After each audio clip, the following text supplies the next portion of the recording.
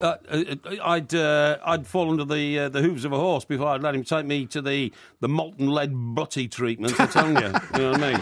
Moonlit musings for sportsmad vampires, factory shift workers... Never mind hello, Chuck. And men with prostate trouble. Morning, Andy. What are you doing? Make sure you stay awake for the radio show that never sucks. The Nosferatu Mics on Talk Sport. Look at the light! I thought Rudolph was the Rudolph's chief one of them. reindeer. This is Talk Sport. We are the two Mics. It's time to say a very good morning ahead of a very exciting weekend of sports. Mr. Mike Porky Parry. Very good morning to you, Mr. Parry. Well, it might be a good morning, Mike, but it better be a better morning than yesterday morning. What happened yesterday morning? I've got washing machine depression. What, you still haven't been able to solve the washing machine problem? Well, you know, I just don't understand it. You know, I want to pay a lot of money for a new washing machine. Yeah. And I get my housekeeper to sit in my place all day, all day today. Right. Did the washing machine arrive? What, somebody doesn't want to sell you one? Is that the problem? No, they want to sell me one. I've paid for it. All right. You paid for it on a credit How card much over you the pay for phone. it? £427. 427 quid? Yeah. Have you gone mad? No. You have to pay that for a washing machine. You do, You get one apparently. for about 250. No. This is a good washing machine, okay? Well, good it's good washing if it's good if it washes something. But it's worse than that, Yeah, go right? on. Because we thought the washing machine was coming, Yeah. the rest of the kitchen had to be disabled electronically or electrically. Electrically? What, so you've had to switch it all off, in other Yeah. words? So no dishwasher. Yeah. No cooker? No cooker. What about the fridge? You didn't switch the fridge off. No, that was on the other. That's on the other wall. Oh, okay. Fortunately, it's All just the wall where all the other stuff goes. No waste disposal. I thought the waste disposal was knackered anyway. It is. Yeah. And it's been removed. Yeah. But I mean, they couldn't put the new one in until the washing machine No, goes of in course. because the two electrically link to each other Yeah, underneath. yeah. You see what I mean? I see what you mean. So I'm waiting for the washing machine. Right. The new waste disposal is in a box on the floor. Right. Waiting to be put in. Well, why did these people not show up? I've no idea, and I can't. You know, I haven't been able. Well, surely they must have a number that you can ring to say where are they? Is it one of these where they said we'll deliver it sometime between 9 and 5? Exactly. You should always pin them down. It's exactly that. You should always pin them down. And do you know what? They said it's a white lorry. It's Yeah. on its way. Yeah. But I mean, I wasn't sitting there. I can't spend all day sitting by a window, staring not. out the window, looking for a white lorry. No, of course not. Because the And there's a problem lot is, of white lorries out there. well, the problem is sometimes because I live in an exclusive road, Yeah. with lots of exclusive blocks of It's an apartments. exclusive road. Yes. What happens is that these white lorries drive up and down quite a lot Yeah, because yeah. they can't find the right block to Yeah. deliver the stuff to. You Right. see what I mean? Well, why don't you put a big sign out or a balloon or something? Why don't you say you should have said to them, look, sometimes children's parents do this when there's a children's party. Yeah. They hang a balloon Yeah. outside Well- so that when you pass the balloon, you know that's where you have to go in. As usual, you're being facetious. I'm not. So I'm going to ignore that. No, I think it's a good idea.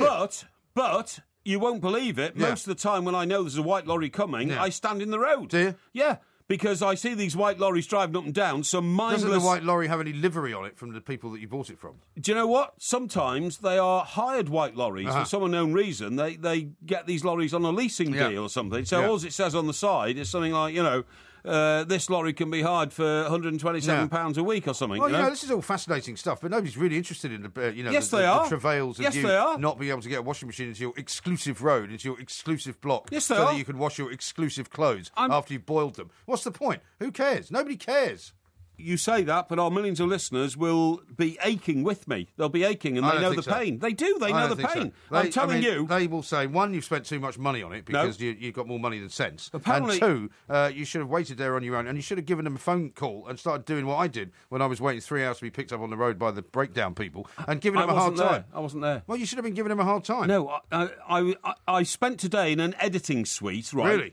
Getting the first Two Mics Live DVD video Yeah. processed. Okay. It is now processed. It'll be Good. available a week on next Tuesday, okay? All right. I can't do that in a sealed room where you get no telephone You're in signal. a sealed room. Well, when I say a sealed room, Yeah. I mean in a room where there is no noise Yeah. or anything like that, Yeah, you know yeah, what I yeah. mean? Right. And no dust Right. and all that kind of stuff. Yeah, but surely you could come out once in a while and make a phone call and say, what's yeah, going on? Yeah, you can. But then you've only got like 30 seconds Yeah. before they put the next reel on. You've got to go back in and have a look at it again. And so if you ring and nobody answers, you have to leave a message. Then they ring you back 5 minutes later And you can't get a call. take the message. Well, you have to decide what's important in your life. Well, And what if is it- important? Well, if the washing machine's important... What is then important? If the washing machine's What's important in your life at the moment? In my life, all sorts of things are important. Yeah? You know, my children are important. You know, what I'm doing Oh, with them at despite the the fact that you hardly ever see them? No, I see them as often as I can possibly see them. Oh, really? Yeah, Working is important. When you're not getting bladderated in London, you mean? Working is important, but that's why I don't work on Sundays, as I've explained to you before. No. You know, in order to make money, in order to look after them. And many things are important. My mother's important to me. My sister's important to me, you know. You only work to raise revenues for bladderation. Not true. Yes, you do. No, I have many responsibilities. You do not have a commitment to the professional side of your life like I do. Well, you don't have a commitment to anything else because you don't have anything else. That's all you have. That's why you're working all the time. That's an outrageous slur. That's why you're working all the time. Well, it's a good job I do, because if I didn't, you'd be out of work, wouldn't you? How would I be out of work if you You'd stopped be out working? of work, man, because if I wasn't pursuing the road to excellence, the pursuit of excellence, which is what I do on an hour-in, hour-out basis, you'd be nobody. Would I? I am Mr. Nowhere Man, living in a nowhere Do you know, land. people actually quite I think John wrote that about you. Well, he didn't, actually, because he wrote it before I was very much around. However, people did remark on our singing last night and said that actually they quite liked it. I thought it was Some have said that we should close every show with a song. I'm not going to go down that road. I'm not going down that road. I don't think it's a good idea. Especially tonight, I want to talk because... about football. I'm sorry? I want to talk about Chelsea. Oh, do you? Why? Yeah. Why? Haven't we bored the audience to death with Jose Mourinho, No, we're talking to Joe Wayne McLaughlin. Rooney, Chelsea? Well, or would you rather talk about your washing machine for the 3 hours then? All right, you want to talk about Dr. Eva, I presume? Well, Dr. Eva is now going to the old employment tribunal. Go on, give me your take on it then. Give me your take on it. Well, my take on it is one which is probably something I can't describe in full, because I've got a view on this story which I can't really reveal. And do you think you'll be standing in a court watching Dr. Eva in a witness box giving evidence, do you? I don't think so. What do you think will happen before that? I think before that happens, there will be a deal that is done. And I'm amazed that there hasn't been a deal done yet, because normally speaking, that's what goes on. Well, and I can only assume that she's taken this long to get to this point, because she hasn't accepted any of the previous deals that she's been offered. Oh, no, I can tell you more than that. Go on. She has actually had words with people who say, this is the issue, Dr. Eva. Yeah. The issue is not to take a settlement from Chelsea, which would be easy. Yeah. The issue is you must go to court and you must stand up for women's rights, and this must be an open and legal process. Yes. That's what she's been advised. Well, she may be being advised at that, but once the money starts to get larger and larger and larger, I think she will never mind standing on the moral high ground, and she will actually take a settlement, because Chelsea do not actually want anything washed in public. Talking about washing machines, they do not want their dirty laundry washed in public. Of course not. But there might be more to this story than meets the eye. She has been told, and she is telling friends that this is not a money issue. Yeah. It is a principle issue, and it will end up in a public debate in an open courtroom. Well, it'll be an industrial tribunal, won't it? Which is a public debate in an open courtroom. It can be, but it doesn't always have to be. Well, that's what I'm saying. Yeah. You've heard the expression, I want my day in court. It could be heard in camera. There's always that possibility. No, she won't have it in camera. You've heard the expression, I want my day in court. Yeah. This is very much a situation, I am advised, where at least one of the parties involved in this dispute want their day in court. Well, that may well be, but that doesn't mean it's actually going to happen. I don't think it will happen, but I think the fact that she's taken this long to decide to do this means that she has been offered various settlements and she's thought about them and decided to reject them. That's my view of it. Well, you're insinuating here that she's a woman of loose moral standing who's looking for a bigger and bigger payout. That's what you're insinuating. I'm not insinuating anything of the sort. So what are you insinuating? No, I'm insinuating nothing of the kind. I'm not insinuating anything. What Yes, I'm you saying are. is... No, what I'm saying is... I've told you I think it's going in the courtroom on a principle. You're saying, oh, no, she's had one deal, she's rejected it, another deal, rejected it. You are saying, Mike, and, you know, you've got to be frank and open about this. I'm always frank and open. You're saying that Dr. Eva is holding out for a bigger financial deal. That's not what I'm saying. So what are you saying? What I'm saying, it's a little bit like the John Stones situation at Everton, right? When Chelsea made an offer to get him, you know, they weren't successful the first time, so they made another offer. They weren't successful that time either. Then they made a third offer, and they still weren't successful. And that was the end of it, right? And that may well be one of the reasons why Jose Mourinho is upset. Sorry, how is that similar to Dr. Eva? Because that's the same thing that they've done here. They've made an offer to her, not accepted. They've made a second offer to her, not accepted. So they've made a third offer to her, which is not accepted. And what is her end game? What's her end game? Well, her end game is to have a day in court. That's what she wants. Well, that's I've what just she told believes. you that, and you've just... No, that's not what's going to happen. Not. No, but that's not what's going to happen. Why is it not going to happen? What's going to happen is that the offers will get bigger and bigger and bigger and bigger. And eventually the offer will become so big that she will be absolutely crazy not to take it, and she will take it. Okay, so you're saying in the end her principles will disappear under... Well, I think that's a very caustic way of looking at it. Under the Abramovich cash mountain. That's a very caustic way of looking at it. That's what you're saying. But I think in the end, everybody has their price, and in the end, everybody will take the money. Well, it's a little bit like me taking the 75 quid off the breakdown company because I want us to be compensated. I think that is a really disgraceful view to take. Really disgraceful. Do you? Yes, I do. Yeah. How extraordinary. I mean, well, we'll have plenty of time to talk about it. Well, we've got plenty of time to talk about it. I'd like to know what our millions of listeners think about this. You're saying basically she's going to sell out. I think inevitably that's probably what will happen because the money she gets offered will be too large to refuse. It'll be an offer she cannot refuse. What a thing to You've say. You've heard that phrase before, haven't you? What a thing to say. She will be made an offer she can't refuse. What is he being so sanctimonious about, for heaven's sake? This is Talk Sport. We are the two Mikes. Loads more coming up. Transfer fees up. Season tickets up. High prices up. Why the blooming heck are you still up? Topical sport and debate worth staying awake for. The two Mikes. All night long. On Talk Sport. All night long.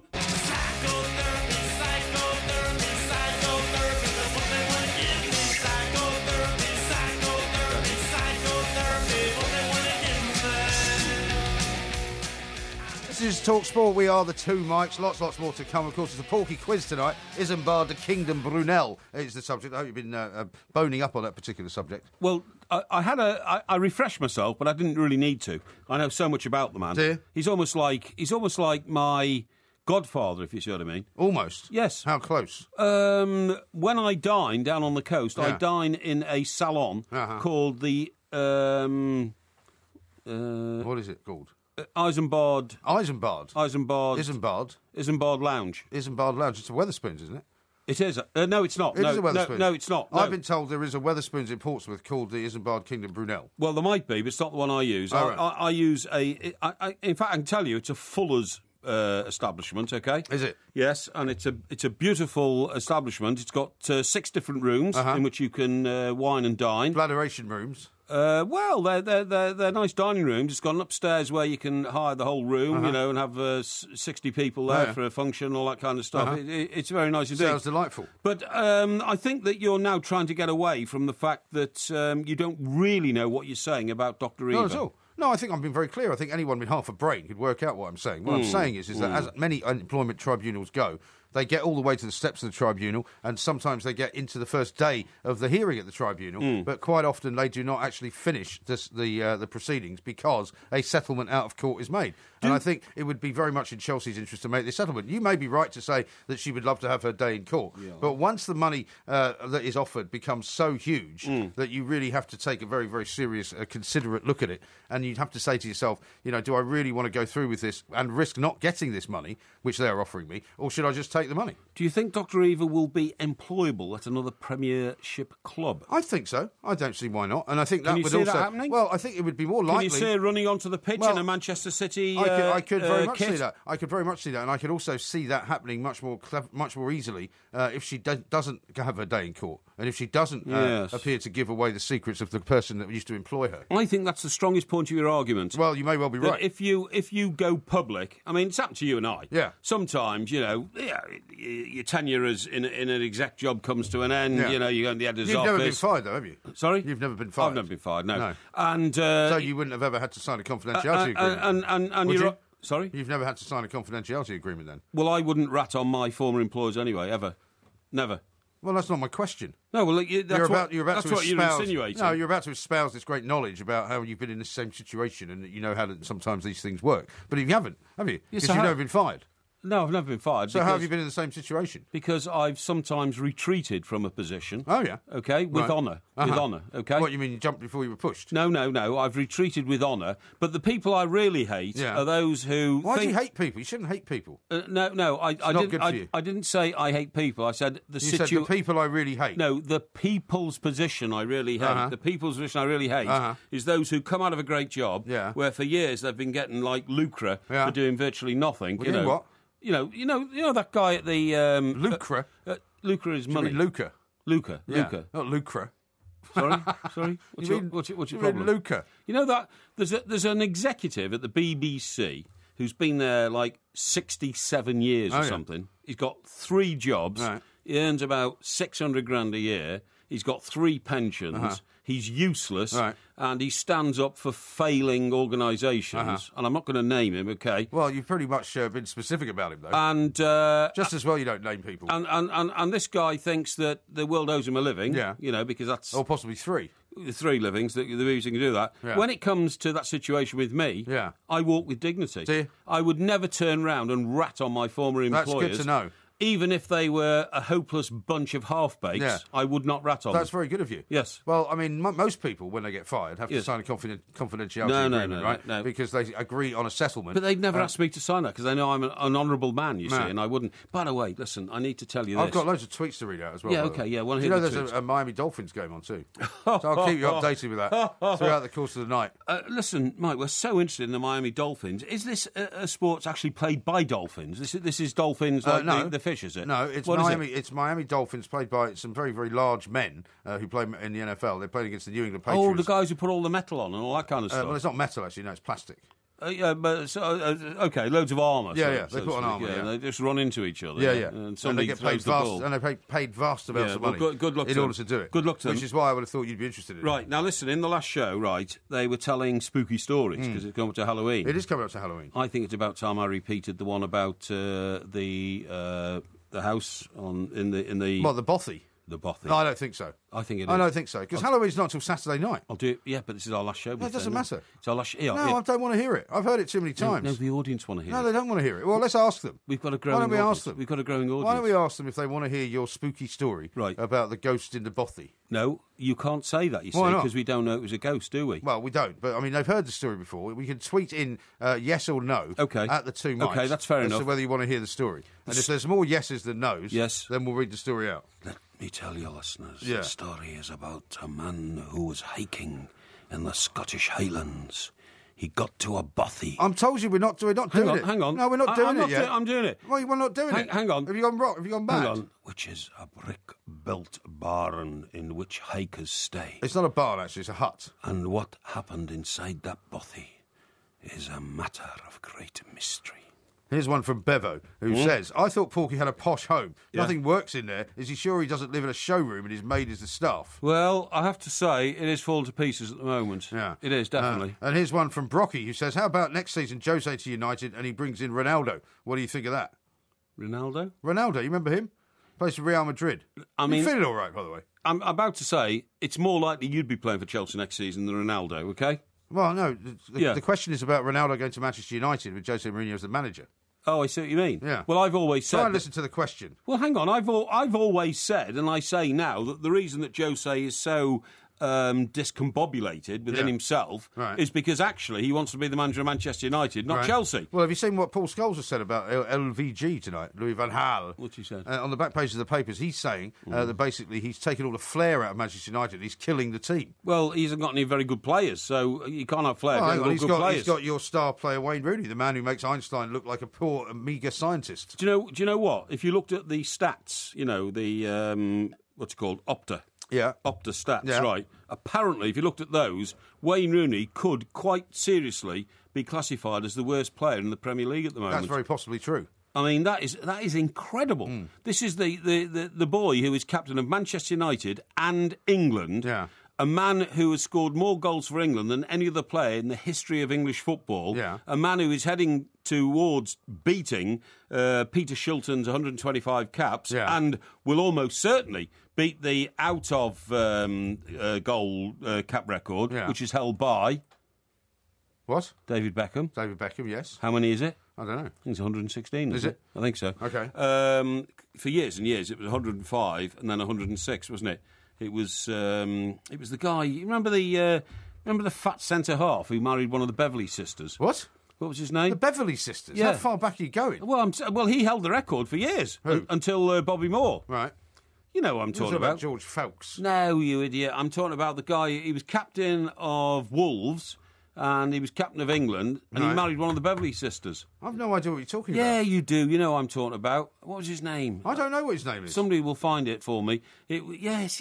And by the way, after he got his 105th cap, he looked so old that he needed a bath chair to get on the pitch. You know what I mean? Yeah. No, I don't know who you're talking about. No, but funny enough, he wasn't that old. What happened was, in those days, when you were, in those days, when you were 28, you looked 48. Yeah. Do you see what I mean? Well, when you were 40, pretty much that was it, wasn't it? Your life was over. Oh, absolutely. In the Middle Ages, when you were born, you got married at 14 and you died at about 33. Well, I was going to say, you got married at 14, your first 6 children died, always, right. And if they didn't, you drowned them because you didn't have any money to feed them. You'd drown them in a local pond in the village. I don't think they did that. No, they did. I think you get a bit off the speed. And then by the age... actually, I want to tell you something. Go on. I've read a book on the Salem witches. Now, am I wrong, or have I gone mad? You have gone mad, You know when we lived in America? Yeah. Wasn't there a fresh air cigarette? What do you call these? A menthol. A menthol called Salem. There was. Winston-Salem was the name of the company. Well, this is what I'm saying. So there was Winston and there was Salem. Now, I've read a book. But that's because it was from a place called Winston-Salem in North Carolina. Eh? There was a place called Winston-Salem in North Carolina where they made the cigarettes. Ah, well, the Salem of the Salem witches... Yeah, that was in Massachusetts. It's in Massachusetts, near Boston. Right.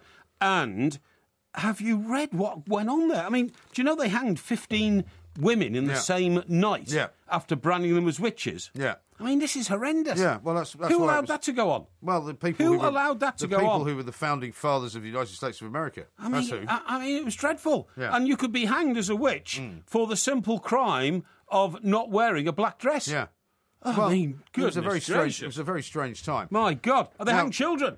Do you know why they hang children? Why? Children would go knocking on the vicar's door, and the vicar, by the way, is supposed to be the good guy. Yeah. They named a town called Staunton after him, because his name was William Staunton. Yeah. But he ordered the hanging of all these people. And sometimes children knocked on his door, Reverend Staunton, I think my mother's a witch. Oh, really? Right, let's hang her. And then because they hanged her as a witch... Yeah. Staunton then said, actually, we're going to have to hang the child who turned their mother in because she's the daughter of a witch, so we'll hang her as well. Dear me. It was horrendous. Why are you reading about all this? Well, because I read all these books people send me because I like to improve my knowledge, you know. I see that. Yes. This is Talk Sport. We are the Two Mics. Coming up, we're going to talk to Joe McLaughlin, former Chelsea player, find out what he makes of the troubles at his club. Joe McLaughlin. This is Talk Sport.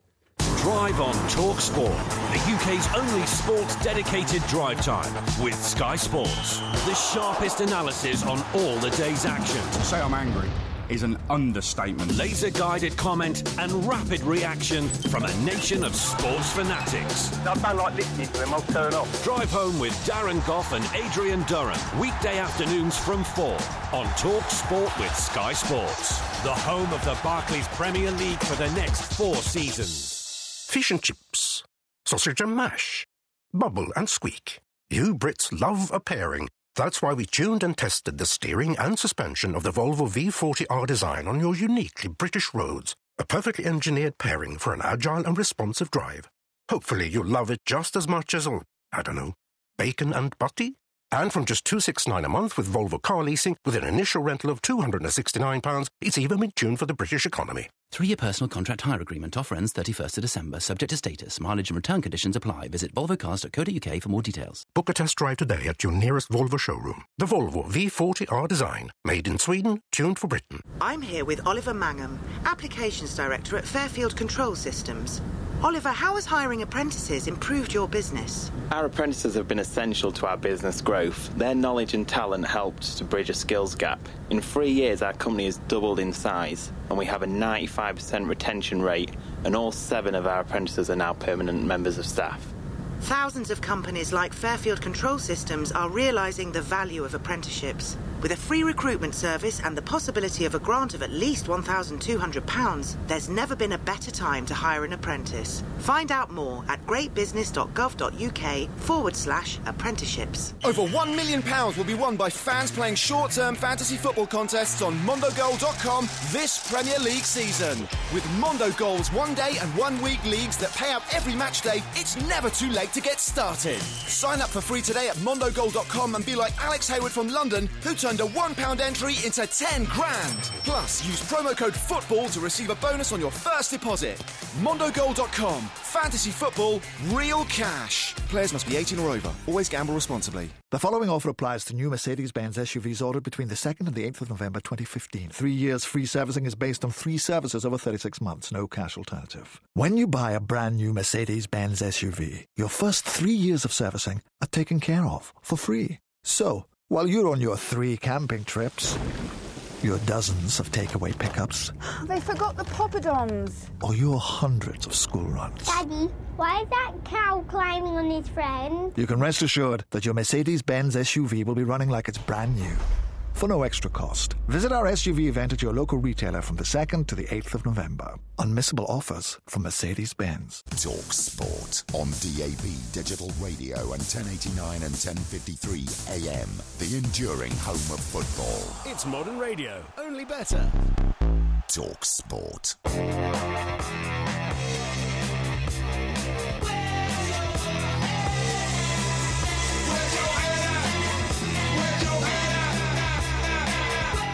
This is Talk Sport. We are the two Mikes. It's Porky Quiz night tonight, of course, and the subject is Brunel, the greatest British engineer that ever lived, some would say.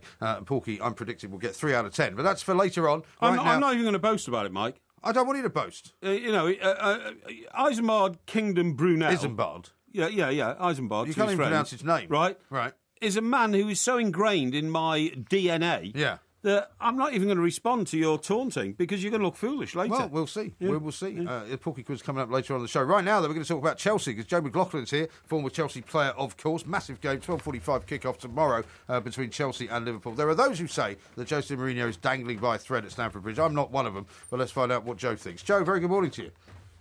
Hey, how you doing? Yeah, very well indeed. Things are not going well at Chelsea. We get the news this morning that Eva Canero, a doctor, is now going to take them to an industrial tribunal to try and get some kind of compensation for unfair dismissal. It's kind of one thing after another. Knocked out of the League Cup, with a terrible record at the moment in the Premier League. What's going on?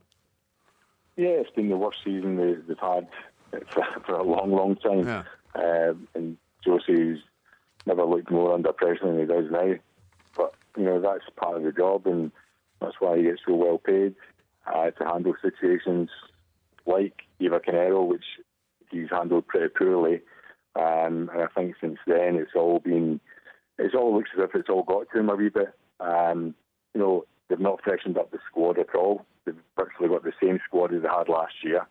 Other teams were about them, Man United, Liverpool, all freshened up. Man City, all freshened up, bought some players. Chelsea have done nothing. And let's be honest, last year, they didn't have to be great to win anything last year. The last few seasons, I think they've done okay. But, I think this year they're freshening things up a bit. Josie's signing his new contract. Maybe he's relaxed a bit too and just thinks that, every decision's going against Chelsea when, in fact, for the last several years, every decision probably went with them. So, it's just this year happens to be they're struggling. They've got some older players, and as I say, there's a bit of pressure on him now, and he's not handling it too well. Joe, I'm told by mates who are former professional footballers that actually they couldn't care less what happens in the boardroom. They couldn't really care less what's happening in the director's box. They even really couldn't care less what's happening on at the dugout between the manager and his doctor, trainer, whatever. You boys walk into the dressing room, the shirt's there, you put it on, you go out and you play your heart out for 90 minutes. How badly, in your opinion, will the shenanigans going on around Chelsea affect the players? I think you're right. I don't think it affects the players that much. But as I say, because of the media attention, around every decision, the camera pans over to Josie and the backroom staff, and he's got, his assistant getting sent to the director's box, getting sent off. There's a lot of pressure on these guys. But every time there's a bad decision, they immediately look over to the dugout to see how they're going to react. Joe, thing is, with the greatest respect, whether it's bad news like it is at the moment for Chelsea, or it's good news because Jose has won the Premier League title by April the 1st or something like that, he is always the focus of attention. So is Chelsea. So does it matter whether it's good news or bad news, whether you're on the back pages or the front pages? That is a product of being a Chelsea player, isn't it? Yeah, I think that's right. I think being a Chelsea player, you've got to handle the pressure. They're getting well paid to handle the pressure. And say Jose himself, the worst start of he's ever had in his managerial career, and it looks as if he's under a lot of pressure. It looks as if he can't handle it too well. That's how it looks to me. Yeah, I mean, the only game they've actually won in the last 5 is at home to Aston Villa, and they're bottom of the league. So, I mean, it doesn't look too great, does it? Losing on penalties midweek. I mean, there's some... And everything is put under a microscope. I mean, there's pictures on the back pages tonight for tomorrow morning of Jose talking to Eden Hazard at the training ground. Yes. Where it looks as though they're kind of having what can... No, it doesn't. It looks like they're going to be having what can be described as a distant conversation. No, rubbish. Well, it does. That's why they've run the pictures. And that's why they make it look like that. It may not be like that, but what I'm saying is under these circumstances, there are those who would like to see the demise of Jose Mourinho. Joe, can I just tell you, my colleague Mike has been a media tart. We've both been in newspapers for many years. That's pretty good coming from you. They show 3 pictures. One, Jose Mourinho talking to Eden Hazard. The next one, Eden Hazard takes a pace away. The next one, he's walking away. Yeah. I mean, you know, when you have a conversation with someone and the conversation's ended, you walk away. Well, there isn't a picture of him with his arm around him. There isn't a picture of them laughing. There isn't a picture of them... Well, there shouldn't be. Why there shouldn't be. Because the last time... Here, Joe, the last time Do you mind if Joe joins in on this conversation? I'm including Joe in this. The last time, Joe, I saw the picture of a manager with his arm around a player, it was Tim Sherwood. Right? Well, that didn't work out too well, being matey, chummy with your players, did it? How close, Joe, should a manager get to his players? Where is the dividing line between encouragement and over-matiness if you've recently been a player yourself, like Tim Sherwood was? Yeah, I think there is a line. You know, I remember back in my day when John Holland was a player and then suddenly became the manager. Yeah. And he totally changed. His attitude, because he was manager, became totally different from when he walked in as a player. Yeah. You know, which is understandable, but he kind of he took it maybe to another level, and basically didn't even speak to the players that much. You know, I mean, it went too far. But I think Jose lost. If I'm honest, I think he's lost Eden Hazard. I think he's kind of messed him about. You know, he's not playing him. You know, last year he was the player of the year. This year he's on the bench, and you know, and that's Mourinho's prerogative to play who he wants. But I think by what I can see, it looks as if he's lost a bit of Eden Hazard. You know, Eden Hazard looks to me, his body language looks as if he doesn't really want to be there. There's speculation about him moving to other clubs, which obviously he's going to read. He's in, you know, a lot of it's from his agent as well. You know, whoever his agent will be, things will be getting released to the press. It doesn't look as if he's happy. You know, so, you know, looking behind the scenes, I think there's an unhappy camp. You know, and there's a few players will be unhappy at Chelsea. Costa, is he happy? He looks again, you know, as if the world's against him every time he plays. You know, I mean, John Terry doesn't look. John Terry looks out of sorts as well, doesn't he? I mean, he's a player that has always been able to, you know, take up the right position if he's not been quick enough to get there. This season, he's been taking up all the wrong positions. But Jose's tried to humiliate him. Well, that's what I'm saying. I mean, there's a problem there. There is a problem. No, Jose has tried to deflect the fact that he's not performing well by sort of, I have to blame the players, and he humiliates John Terry. That was a mistake, Joe, wasn't it? Oh yeah, big time again. You know, so you know, John Terry's gone from having his best ever season last year. You know, when people forgot, you know, well, this guy's 35, and they were starting to talk about his age. But last year he was magnificent, had a great season. You know, arguably his best season for many a year. And this year, now he's 35, come up 36, whatever it is. You know, now he's gone. You know, but you know, his confidence may have gone a bit because Mourinho's had a go at him, and he's now starting to feel the pressure himself. You know, and the age might be catching up on him too. You know, as it does to everyone. You know, age does catch up. It's just there's no way around it, unfortunately. Yeah, he take up good positions, but you know, sometimes. But that's what he's not. That's what he's not doing. But the big question now, Joe, and I don't know how often you're able to talk to some of your fellow colleagues or ex-colleagues at Chelsea. Fellow colleagues. Fellow colleagues. The question is this, right? How soon before Abramovich loses interest in Jose Mourinho? Is it possible that it will happen this season, or is that all just kind of media excitement? No, I think it could happen fairly quickly. You know, he's got the money, you know, to pay him off, whatever he wants to do, as they should do with Cañero, you know, rather than go down, you know, a road of tribunals and pay the doctor off and get that problem out of the way, you know. Use your money, get it out of the way. But it's a results-based business. If you're not having the results, doesn't matter who you are, the job's on the line. And that's the same for Mourinho. Sure you know, is. Another couple of defeats, you know, next week. Okay, they've got Liverpool tomorrow. Then they've got the Champions League next week. Lose that, you know. Then they've got Stoke and Norwich. I think, you know, kind of 2 winnable games. So the next 4 games, I think, are crucial for Mourinho's career. Yeah. Joe, just before you go, and thanks very much for coming on tonight, did you play at Chelsea in the same era as Andy Townsend? No, just missed Andy. I think the money that Charlton paid Chelsea for me, I think, bought Andy Townsend and Dennis Wise. is that right? Is that right? Yeah, I think so. Yeah, well, I think so. Yeah, it was roughly. I think it was Wisey. I went to Charlton for 650 grand, and I think they bought Wisey. Do you know all I was going to say was, Joe? Well, that was a lucky break, mate, because this is an unsubstantiated story, but Andy's a very good friend of mine, and I love him dearly and all that. Former colleague here in TalkSport. Yes. But apparently he used to replace water in the water bottles with vodka, so he used to get a shot at half-time. So you probably got away with that lucky, Joe. You might not still be breathing today had you played under Andy Townsend, I know a few players who did that. Yeah. True, Well, can I just say publicly, Andy Townsend never did that. Honest to God. No. I was making that up because Andy's a great guy. But and he was...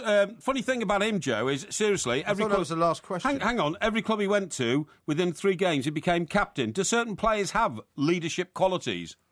Absolutely. Yeah, I think, Andy was a remarkable career, fantastic player, and players do have leadership qualities. Yeah. You don't have to be the best player to show leadership qualities and rally your teammates. Sure. So he had a fantastic career. And the thing, sorry, this sounds like another question. Well, it sounds like the Andy Townsend fan club, but it's not. As an English-speaking man, I mean, Andy's thoroughly Irish, an English-speaking man, the minute he joined the Irish squad, he was captain of Ireland, and you know what? The Irish nation absolutely accepted it. Absolutely accepted it, because his dad, of course, played for Ireland as well. Why wouldn't they? Well, because all I'm saying is sometimes you get what you call, like, London Scotsmen, like Rod Stewart or something like that, you know what I mean? Or me.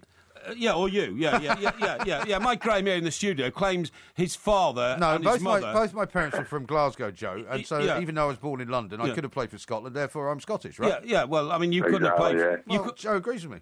Well, I think if you live in a country now for 5 years, you can play for the country. Is that not the rules? I think Mike Graham's talking about netball, by the way. You're talking about netball, are you? No. Well, I could have played for them in netball. I could take you on at netball as well if you like. Beat you at that. Listen, mate, you couldn't get half an inch off the ground. You're so I don't have to get half an inch off the ground. I'm only 5 inches ahead. I'm already 5 inches ahead of you. You're so fat and heavy. Joe, thanks very much indeed, mate. And I'm sorry about the the nonsense that has been deliberated in this interview just to keep... Just shut up now. Just to keep my pal here happy. Joe, listen, thanks very much indeed. It's like everybody that ever talks to Porky, it's like 95% him, 1% you, and the rest of the world just wonders what's going on. Why are you so bitter towards me? I'm not bitter at all. Joe, listen, thanks very much indeed. Joe McLaughlin there, former Chelsea player. I'm not bitter towards you. Just up your game, man. Get to my levels and then you won't be bitter. I don't have to get up to your levels. I'm already towering over you. This is Talk Sport. We are the two mics. On digital radio and 1089 and 1053 AM. Talk Sport. Gideon checked out, and he left it no doubt to help with good Rocky's revival. This is Talk Sport. We are the two mics. That, of course, is a song very familiar to you, Mr. Parry. Rocky a Raccoon. Well, it's on the White Album, I think, isn't it? It is on the White Album, and it's one of those songs which John Lennon... Oh, I suppose the alarm will go off now, won't it? Well, it might do. Yeah, exactly. Said to Paul McCartney, if that goes on, I'm out the Beatles. Yeah. But he did say that... It's a great song, though, isn't it? Oh, I think it's a brilliant song. He did say that about Maxwell Silverhammer. Yeah. He did say that about Yesterday. Yeah. And conversely, McCartney used to say to Lennon, well, I don't get I Am the Walrus, you know? Well, I think also, it sounds like John Lennon was always saying, if you put that there, I'm going to leave the band. It sounded like he wanted to leave the band for quite a long time before he actually did. Do you know what? Isn't it amazing that Jagger and Richards have never formally split? Yeah. I mean, when you're creative, you and I are creative, right? We put shows together, we do it. We generally speaking have the same sort of blend of thought and all that kind of stuff. But imagine if, I suddenly... took the higher part of my intelligentsia and decided to do cultural programmes which you couldn't keep up with. Sort of South Bank show. Yes, that's right. Yeah, your appreciation of modern art. Yes, that's right. Yeah, and you wouldn't be able to keep up with it. You mean like as if you were to go on a show on your own without me, that sort of thing? Well, of course, I already do that because my that's what I was thinking. My extra talents have been spotted. So how much worse could that get? Well, this is in the sporting arena, but I mean, for instance, I could actually. Go on to, as you quite rightly say, a sort of South Bank show and talk about the principles of modern art. That I would like to see. Ecoplasm? I would pay good money for Ecoplasm art? Ecoplasm? Do you know what ecoplasm Do you mean art is? ectoplasm?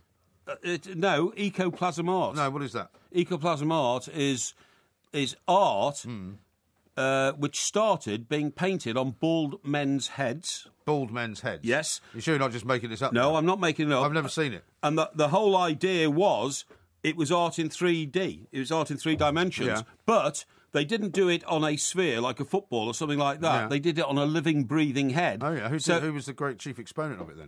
It was a guy from New Orleans. Was it? And he was inspired by the flow of the Mississippi River because what he said was a head is like a river, if you see what I mean. You know, it moves and breathes and all that kind of... Anyway, look, we're talking about... Some heads are like an empty chasm. Some heads are like an empty chasm. Inside of some heads are, yeah. But anyway, listen, the reason we played Rocky Raccoon there is, you won't believe this. Probably not. Right. Now, there's a guy called Chris Moise. Chris Moise. Chris Moise. Chris Moise. I'm aware of him. Chris Moise. Chris Moise. Where's he from? I'll just tell you. It's Moiser. Right. And Chris Moise is the director. Sorry? Is it just Moise?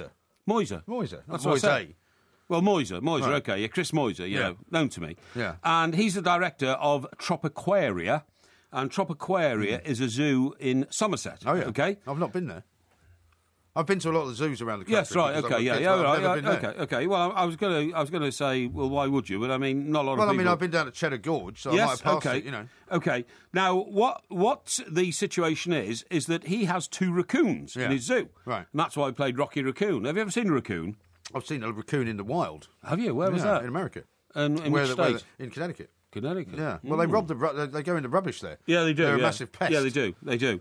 I saw People one don't down, like them at all. I saw a family of them once down at the Delaware Water Gap. Oh yeah. Right. Yeah. Right. And I don't know why. But anyway, the problem is some new EU legislation. Yeah. Means that he's probably going to have to kill these 2 raccoons because the EU have ruled that they are invasive creatures. Invasive? What, you mean like pests? Yes. Right. They've been ruled as an invasive species, right. And they must either be given to a conservation or research facility because the zoo is not classified as that. The zoo is classified as a zoo. But surely some zoos are conservation facilities. Well, Chester Zoo, for instance, is one of the world's leading sort of we protect species type as is the London Zoo. As is the London Zoo. Yeah. But he doesn't want to because they're his pets. Right. You know, they're his pets. He keeps them in like a big field and a cage and all that kind of stuff. Yeah. And the EU is saying unless they can prove, unless Chris can prove that his raccoons are part of a developing ecological facility, right. They've got to go. Because they're not native to this country, are they? No, that's exactly the point. And so they're saying that's what they mean by invasive is that they've been brought into this country sort of without any thought. Well, presumably that would apply to all sorts of creatures like parrots and snakes and all sorts of other things. No, you're absolutely right, actually. You're on the ball here for once. Amazing. The fact that all those parrots are now parakeets in, like, Richmond, West London. Yeah, right. The fact that Gloucestershire will soon be literally not safe to drive in because of wild hogs wandering onto the... Wild hogs? Yeah, wild...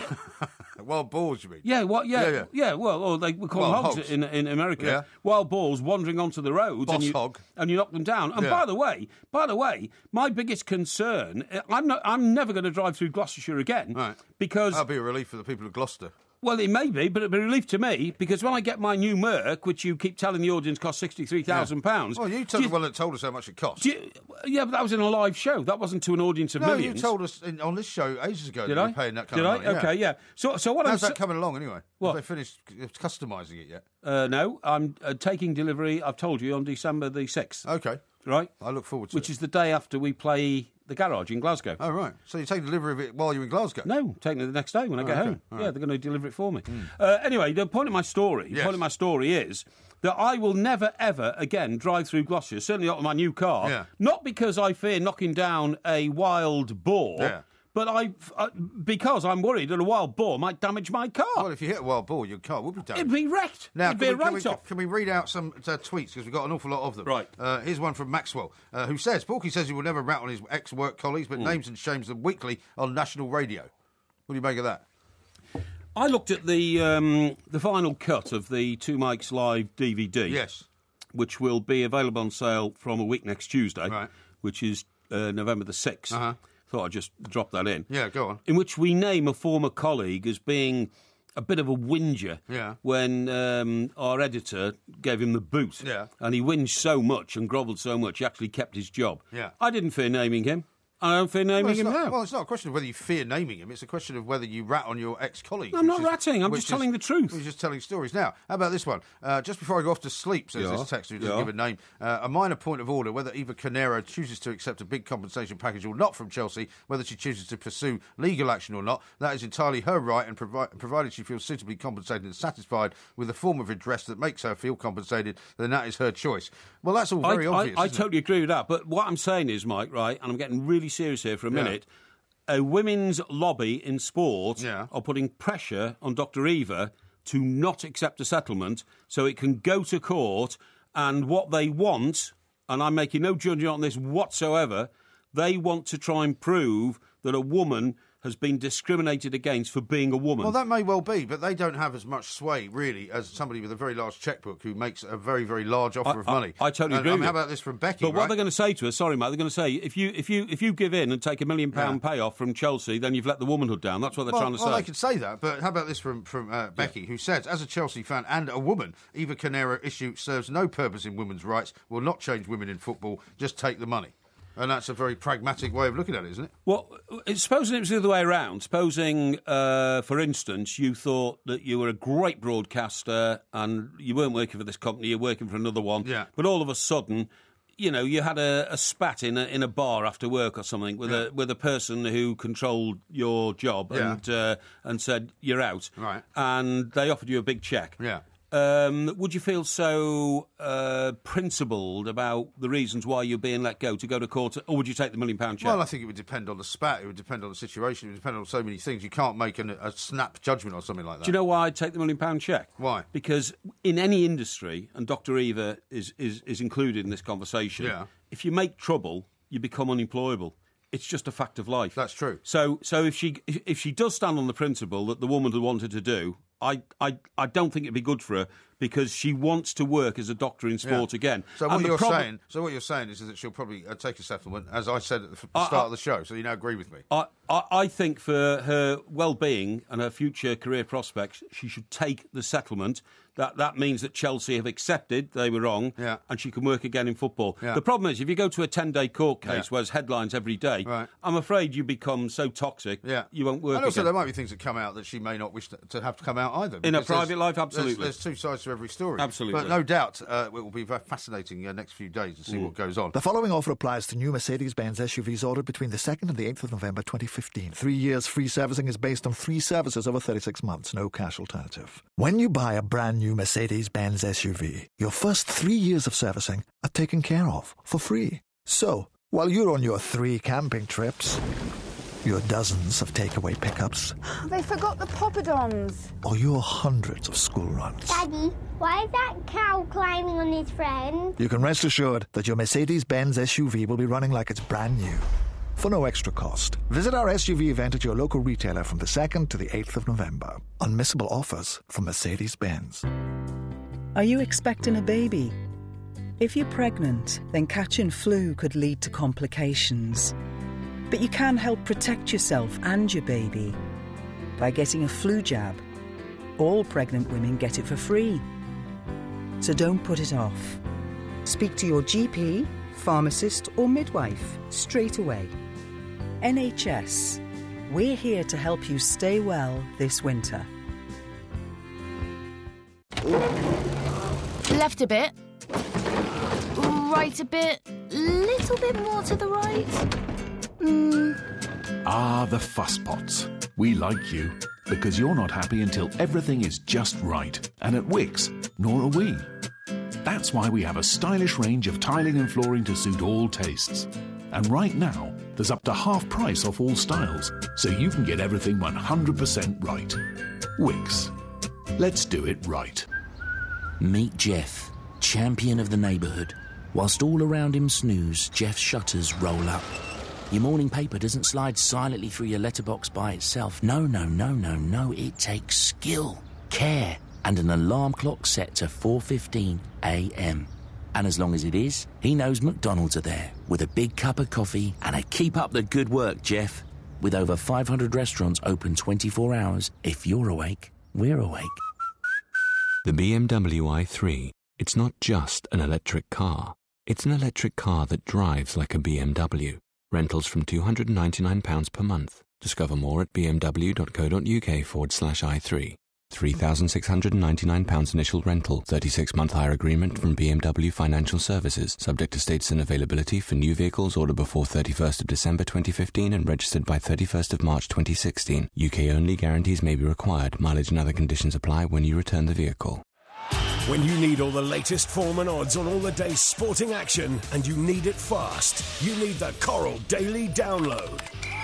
Get all the latest news and great offers on all the big games and all the biggest race meetings in one essential package. Delivered to your ears at the speed of sound. Don't miss the Coral Daily Download every morning on the Alan Brazil Sports Breakfast from 6 on Talk Sport with Coral. Your best bet for breakfast.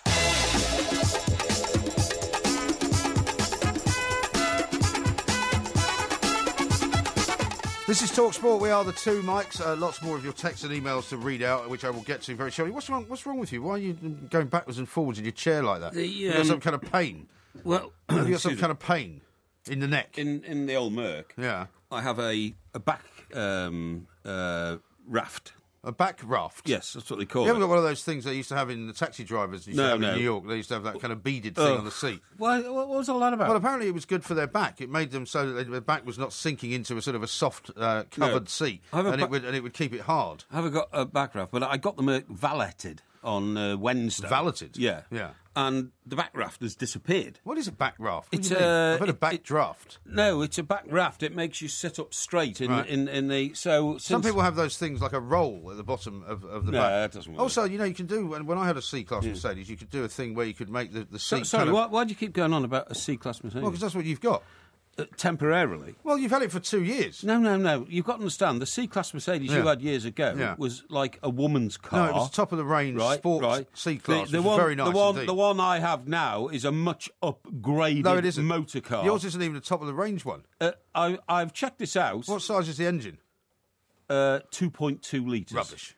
It is 1.8. It is not. It's 1.8. It is not. It is. Show us a picture of the 2.2 litre engine. I specified I wanted a more powerful engine. It's a 180. It is not. It's not even a 180. It's not even a sport. It is not. It doesn't even have the decent seats. It doesn't even have the decent pedals. It's a damn lie. It's a damn lie. It doesn't have decent wheels. Anyway, listen, excuse me. It doesn't have anything that's of any point at all. Of course, I'm so busy that when I went back and picked the car up, I jumped in and drove out. And I only realised about 300 yards down the road. Doing what? Excuse me. Only realised 300 yards down the road, my back, what did I call it? Back raft. Yeah, the back raft. But what is it, though? I still don't know what it is. Well, it actually creates a space of an inch between the leather, the expensive leather seat and your back, and it keeps it straight. Right. But it disappeared. But what I was going to say was I used to have... There was a thing that you could turn, which made the seat actually produce something that stuck out. Oh, you can do all that. So you can actually do that inside the seat. It's not the same as the back raft, because the back... where did you get that from? Did you buy it somewhere? The back raft? Yeah. Yes. Where from? From a ergonomical dealer. An ergonomical dealer? Yeah. Right, okay. Yeah. There's a lot of those around in Surrey, there. So, as a consequence, I've got a bit of back pain. Absolute cobblers. I've got a bit of back pain now. But why are you asking anyway?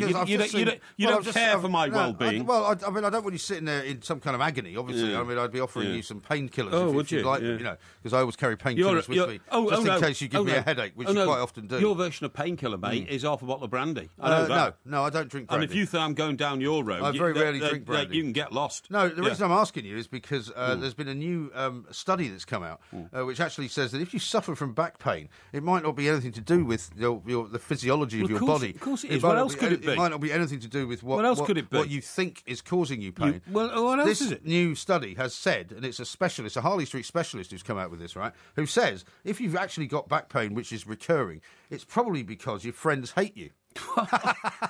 What? Which in your case is incredibly believable, isn't it? Are you mad? How about this, right? This is what this doctor says. The theory is that when we have a negative response to an event, muscles go into a state of shock. The more stressed we are, the more our bodies increase adrenaline and cortisol, which convert to lactic acid in the what a load of gobbledygook that is. Eh? I think this is definitely what you're suffering from, right? Don't be ridiculous. You can have memories as far back as childhood, painful experiences. They can be stored poured into your muscles, causing them to ache. Oh, rubbish. And so if people actually hate you, people who hate me? you and cause you stress, that would mean that you would suffer from back pain. Are you telling me that what happened to me 45 years ago, when some kid in the playground beat me in a game of conkers, is giving me backache now? Could well do, because you've retained it all, right, and you haven't let it go, because you won't sort of let these things go. You'd bear a grudge rather than let it go, and that's what's causing you backache. So this doctor, right, knows about this stuff. She's called Dr. Sophia Kupfs.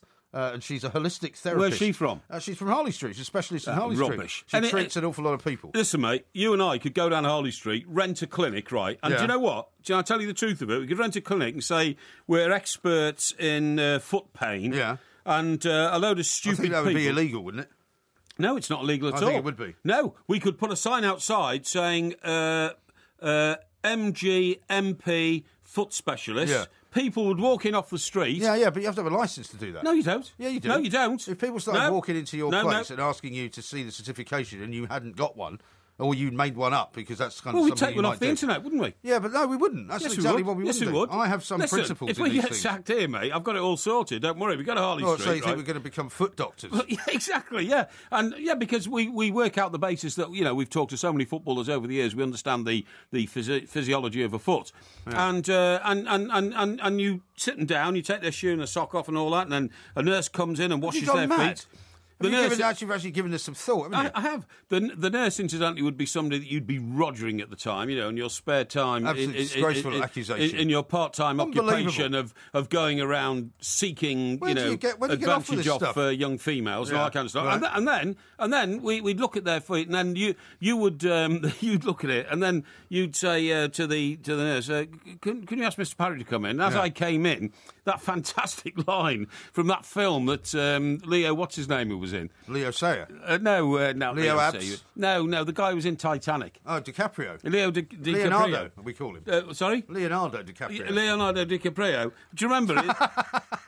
What's your problem? DiCaprio. What's his Sounds name? like a Ford. No, that's his name. I used to have one of those Ford DiCaprios. That's his name. It's not. It's Leonardo DiCaprio. Oh, DiCaprio. That's right. Yeah.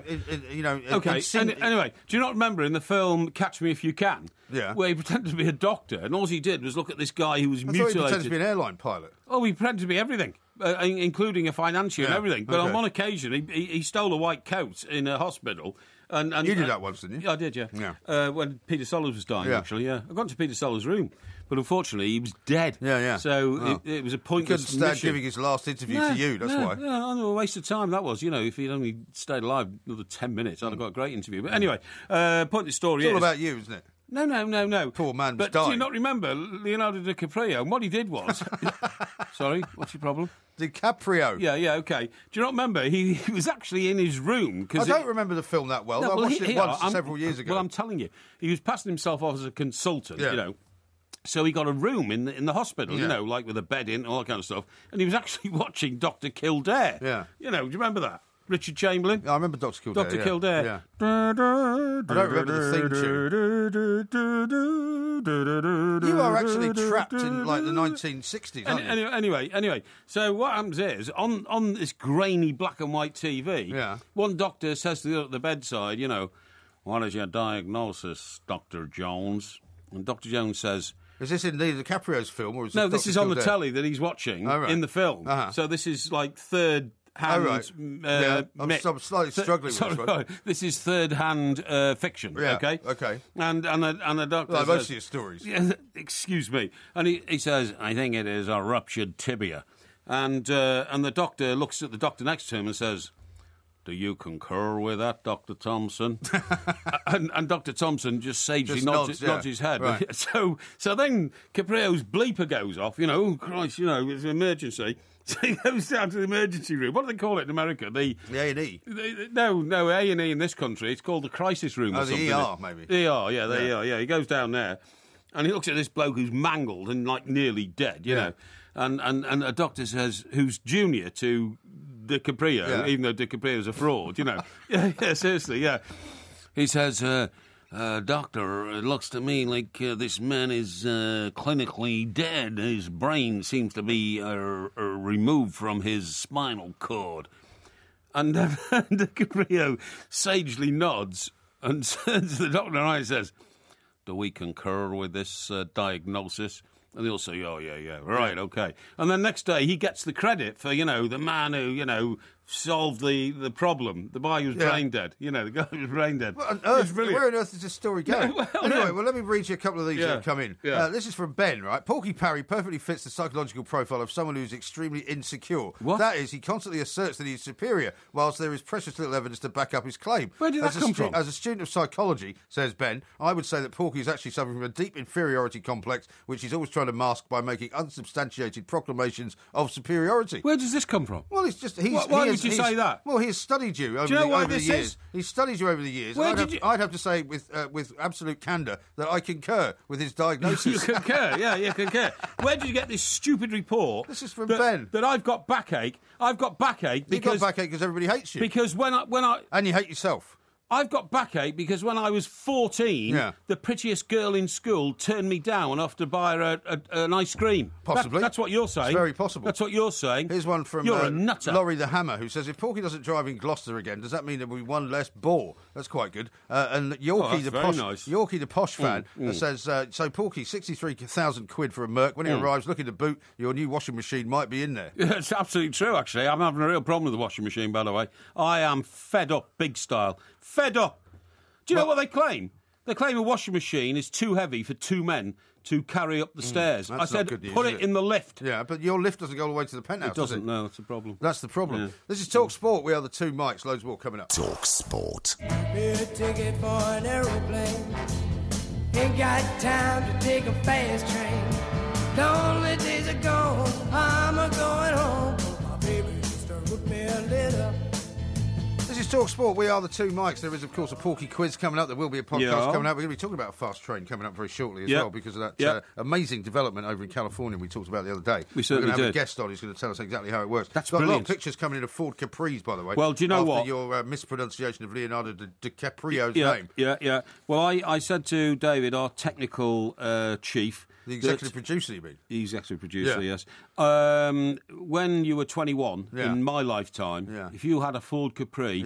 you couldn't get enough birds in it because, if you understand what I mean, It had a very long bonnet, didn't it? Yeah, well, it had a very long bonnet and it had a very... It was a quick car as well. A very big boot, but it had like two seats in the front and a tiny back seat. I had a purple dinky toy of a Ford Capri. Oh, really? Yeah. Oh, I bet that was useful as a bird puller, wasn't it? Well, actually, I don't think we should have. I want to apologise. I don't think we should have a competition about, as you put it so nicely, bird pulling. I want to apologise. You would lose hands down. In this modern day and age, we should not be talking about bird pulling, should we? Well, it's not appropriate. It's not a phrase that I would ever use. I've never used it, even in the days when it was appropriate. Okay, let me say sexist. Retro. I agree. And awful. I agree, and I hold my hands up and apologise. Yeah. A woman attractor was a Capri, right? So if you had a young lady sitting in the passenger seat, and she loved singing this gorgeous... Did you have a Capri? No, I didn't. But so how do you know then? Well, I'll tell you why. Because there was a boozer in Lower Bridge Street in Chester called the Talbot, right?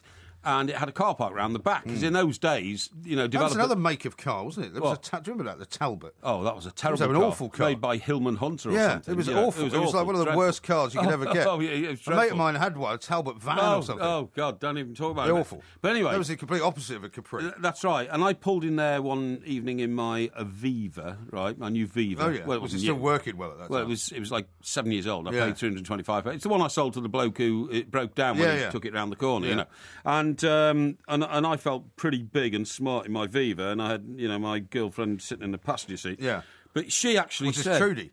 No, it was somebody else. Ah, okay. It was a girl called Caroline. Caroline? Yes. And where is she now? Oh, I've no idea. Right. How would I know? Well, I don't know. I mean, Mike. People get in touch with each other now on Facebook and all sorts. You can find your ex-girlfriends. Mike. So little time. So many women. You know what I mean? No, I don't. So anyway, you've got plenty of time. Actually, you haven't got much time left now. That's very nice, isn't it? That's very nice. Especially with all your pains and aches and your bad back. And the backache I've got because of my problems people hate you. when I was 14. Yeah. What I was going to say is, so I manoeuvred I parked it backwards, like to impress her with my driving skills, you know what I mean? Right. And she must have been a bit of a simpleton. So somebody could reverse in a Viva. So we got out, and the door nearly hit the car next door. It had to be a Capri. Oh, yeah. And it was a 3-litre Capri. Yeah, very fast. And it had a bump on the bonnet to sort of emphasise it had a big engine, you know what I mean? All this kind of stuff, and, all sorts of flashy bits and pieces. And so I dismissed it, and I said, that'll be some businessman, who brought his young doxy here to impress her and all that kind of stuff. Yeah. That's another word we shouldn't be using. No, we shouldn't really.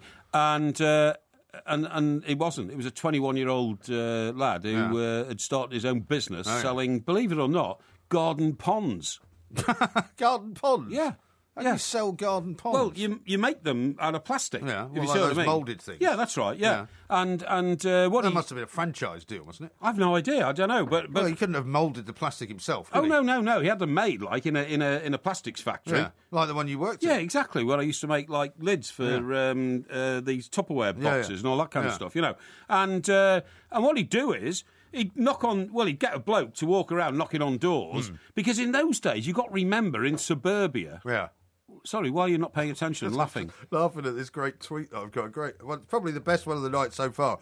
This comes from someone who doesn't give a name, texted it in. Mike Parry's lift doesn't go the whole way to the penthouse. I concur with that diagnosis. Tremendous. Oh, really? Yeah. You're trying to make out that that's a reflection on my intelligence? Yeah, well, that's not my words, those are his words. But it's very clever. Getting back to the garden ponds. Yeah. Well, so this guy... actually, his father was in business as well, so he was quite confident in the way he did these things. Yeah. But he used to send people knocking on... In suburbia in those days, people had huge gardens. Yeah. Literally. Literally? Well, what I'm saying is these days, a guy knocks on your door and says, you've got a huge garden. Yeah. Will you sell us the last 200 feet of your garden, please? Why? We want to build 6 flats on it. Right. And you would take the money. Why would you? Of course you would. Well, you see, that's what you say. Of course you would. Because you're absolutely ruled by money. Yeah. Why wouldn't you say, actually, no, why don't you get lost? Because I quite like having a large garden, because I don't want people living on my doorstep. Let me tell you, Mike. Are you saying that if the money offer is good enough, then you'll just take it? Well, you'd be mad not to take it. Because it's worth like something. Eva Carnero, then. Sorry? A bit like Eva Carnero, then. Well, that's a different principle. But what I'm saying is, if you get the train down into Stockbroker Belt, Surrey, you pass loads of houses in what you'd call suburbia, which have huge gardens. Yeah. And do you know what? Over the years... I don't see many with huge gardens. I see many with tiny gardens, but next to the railway line. Well, no. I mean, a lot of them used to have big gardens, but I've seen one, and it's near like an old waterworks or something. It's like a junction you go over and all that. And there used to be this house, and I remember seeing it years and years ago, and I thought, what a decrepit old house. There's probably an old couple living there. And they had this huge garden. Right. And then... for a few years I didn't use that line or something, or I had another job, or I was in America. I came back, and all of a sudden there was no garden. There was a block of like 32 flats, and the guy must have made a fortune. Anyway, what I'm saying is, this 21-year-old with a Capri used to... back in a pub car park. Yeah, used to knock on doors like this. Is like some kind of Back to the Future episode. Hang on. And they say, hello. I say, getting jet lag. Yeah, your beautiful garden there. We could improve your garden with a pond. Yeah. And you put fish in it and all that. And then they'd say, that's fantastic, thank you. There's £2,000. Yeah. Next day, 2 Irish navvies would turn up with their spades and they'd go and dig out this huge hole in the back garden. Right. And then... Stick a plastic pond in it. Exactly. Bit of rockery. Yeah, that's right. Yeah. Some pebbles. Yeah, all of that. Yeah. All of that. And it was all done in one day. Yeah. And in one day, you had a new pond in your garden. That's pretty good, that. Well, I suppose so. Yeah. Fantastic story. Well, sorry? Do you mind if I read out some tweets? Well, yeah, go on, if you think they're more interesting. Well, I think they are. Here's one from Becky, who says, unfortunately, you would both be struck off within weeks in medicine, rampant Rogerisation and bladderation misconduct in the extreme. Yeah, well, you can be struck off for worse things, can't you? Yeah, well, I suppose so. Yes. Somebody's also sent a picture in of the possible back raft that you might be wearing while driving the Mercedes, if you like flat out on your back. Well, that guy is actually tied to it as well by the my throat, so I wouldn't want that sort of back raft, okay? Yeah, and here's another one. Why can't anybody take anything seriously anymore? Here's one. My favourite actor is Leonardo DiCaprio, and here he is with his favourite car. Well, it isn't. That's a white one. No, white and black. Here's one from John in Durham. He says, yes. Porky's dwelling can't be a very good penthouse when it doesn't have its own lift. Which is a good point, that. Do you remember there was an episode of The Saints? Remember, I've done a quiz on The Saints. You have, yeah. And tonight it's Isambard, Kingdom Brunel. Isambard, yeah. And in one episode, Simon was employed by a king of industry. What do you used to call them? Industrialists. Industrialists, yeah. And they had to go meet him in his penthouse flat to talk to the shareholders because Simon's been employed to security because they were all being knocked off by some mad killer, Right. And I remember he walked in and the a typical sort of lady in the sea, handed him the golden key, and he got in the lift, and at the top he had to turn the key before you could get to the penthouse. So you're absolutely right about that. Listen. Well, you know, when I was growing up, and the house is actually still there, West Heath Road is one of these amazing roads in Hampstead, which goes around the Hampstead Heath, and they've got these massive houses there, right? Yes. It was one of the first houses that I knew of, anyway, that we used to go past. Very modern in those days, in the 60s. It was built with a floor that actually moved up and down, so that you could go from the ground floor to the first floor, to the second floor, to the third floor, and you wouldn't have a lift. The floor was actually a lift. No, that can't be true. It's true. Well, what's the point of having 4 floors if you you can only be on one at a time. But one floor should be a bedroom, one floor should be a dining room, one floor should be a kitchen, and you're saying they move the whole house up and down? No, because what happened was, they would move the central part of the floor up, and then there would be other parts around it. I see. So there would be a kitchen on one level, there would be there would be a bathroom on another level, there would be a bedroom on another level. So what you're saying is it was more like a US aircraft carrier. I suppose so. With that thing in the middle that takes the planes up and down. But the bit that moved up and down was effectively a room as well. So fascinating stuff, that. That was the famous line, wasn't it? In what was that film Peter Sellers was in before he died? Being there. Yeah, The Gardener. The Gardener, I'm Chase the Gardener. And do you remember? Chauncey Gardner, Chauncey the Gardener. Yeah. And they thought he was Chauncey the Gardener. Yeah. And he kept saying, I like to watch. They thought he was some kind of voyeur. Well, he also said, didn't he? He said... because your time, by the way. You know, because... Don't worry about the time. I am worried about the time.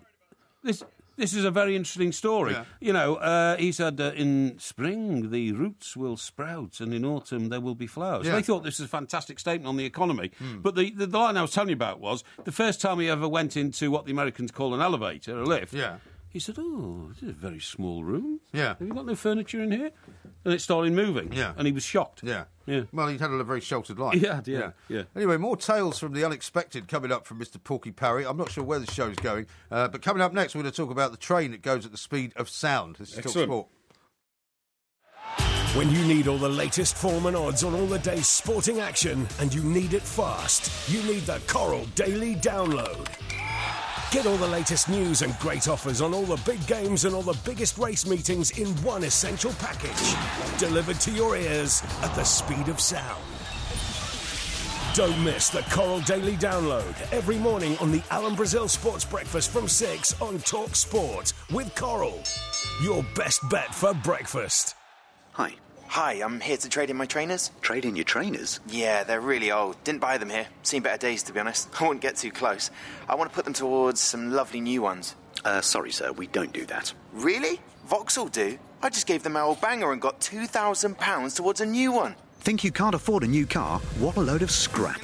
On top of all our other great offers, we'll give you £2,000 scrappage for your old one to put towards a brand new Vauxhall. Visit your local retailer or search Vauxhall Scrappage for more information. Trading car registered in your name for at least 90 days. Offer available to individuals and small businesses. UK supplied vehicles only. Exclusions apply. Limited time at participating retailers. Full T's and C's apply. Left a bit. Right a bit. Little bit more to the right. The Fusspots. We like you because you're not happy until everything is just right. And at Wix, nor are we. That's why we have a stylish range of tiling and flooring to suit all tastes. And right now, there's up to half price off all styles, so you can get everything 100% right. Wix. Let's do it right.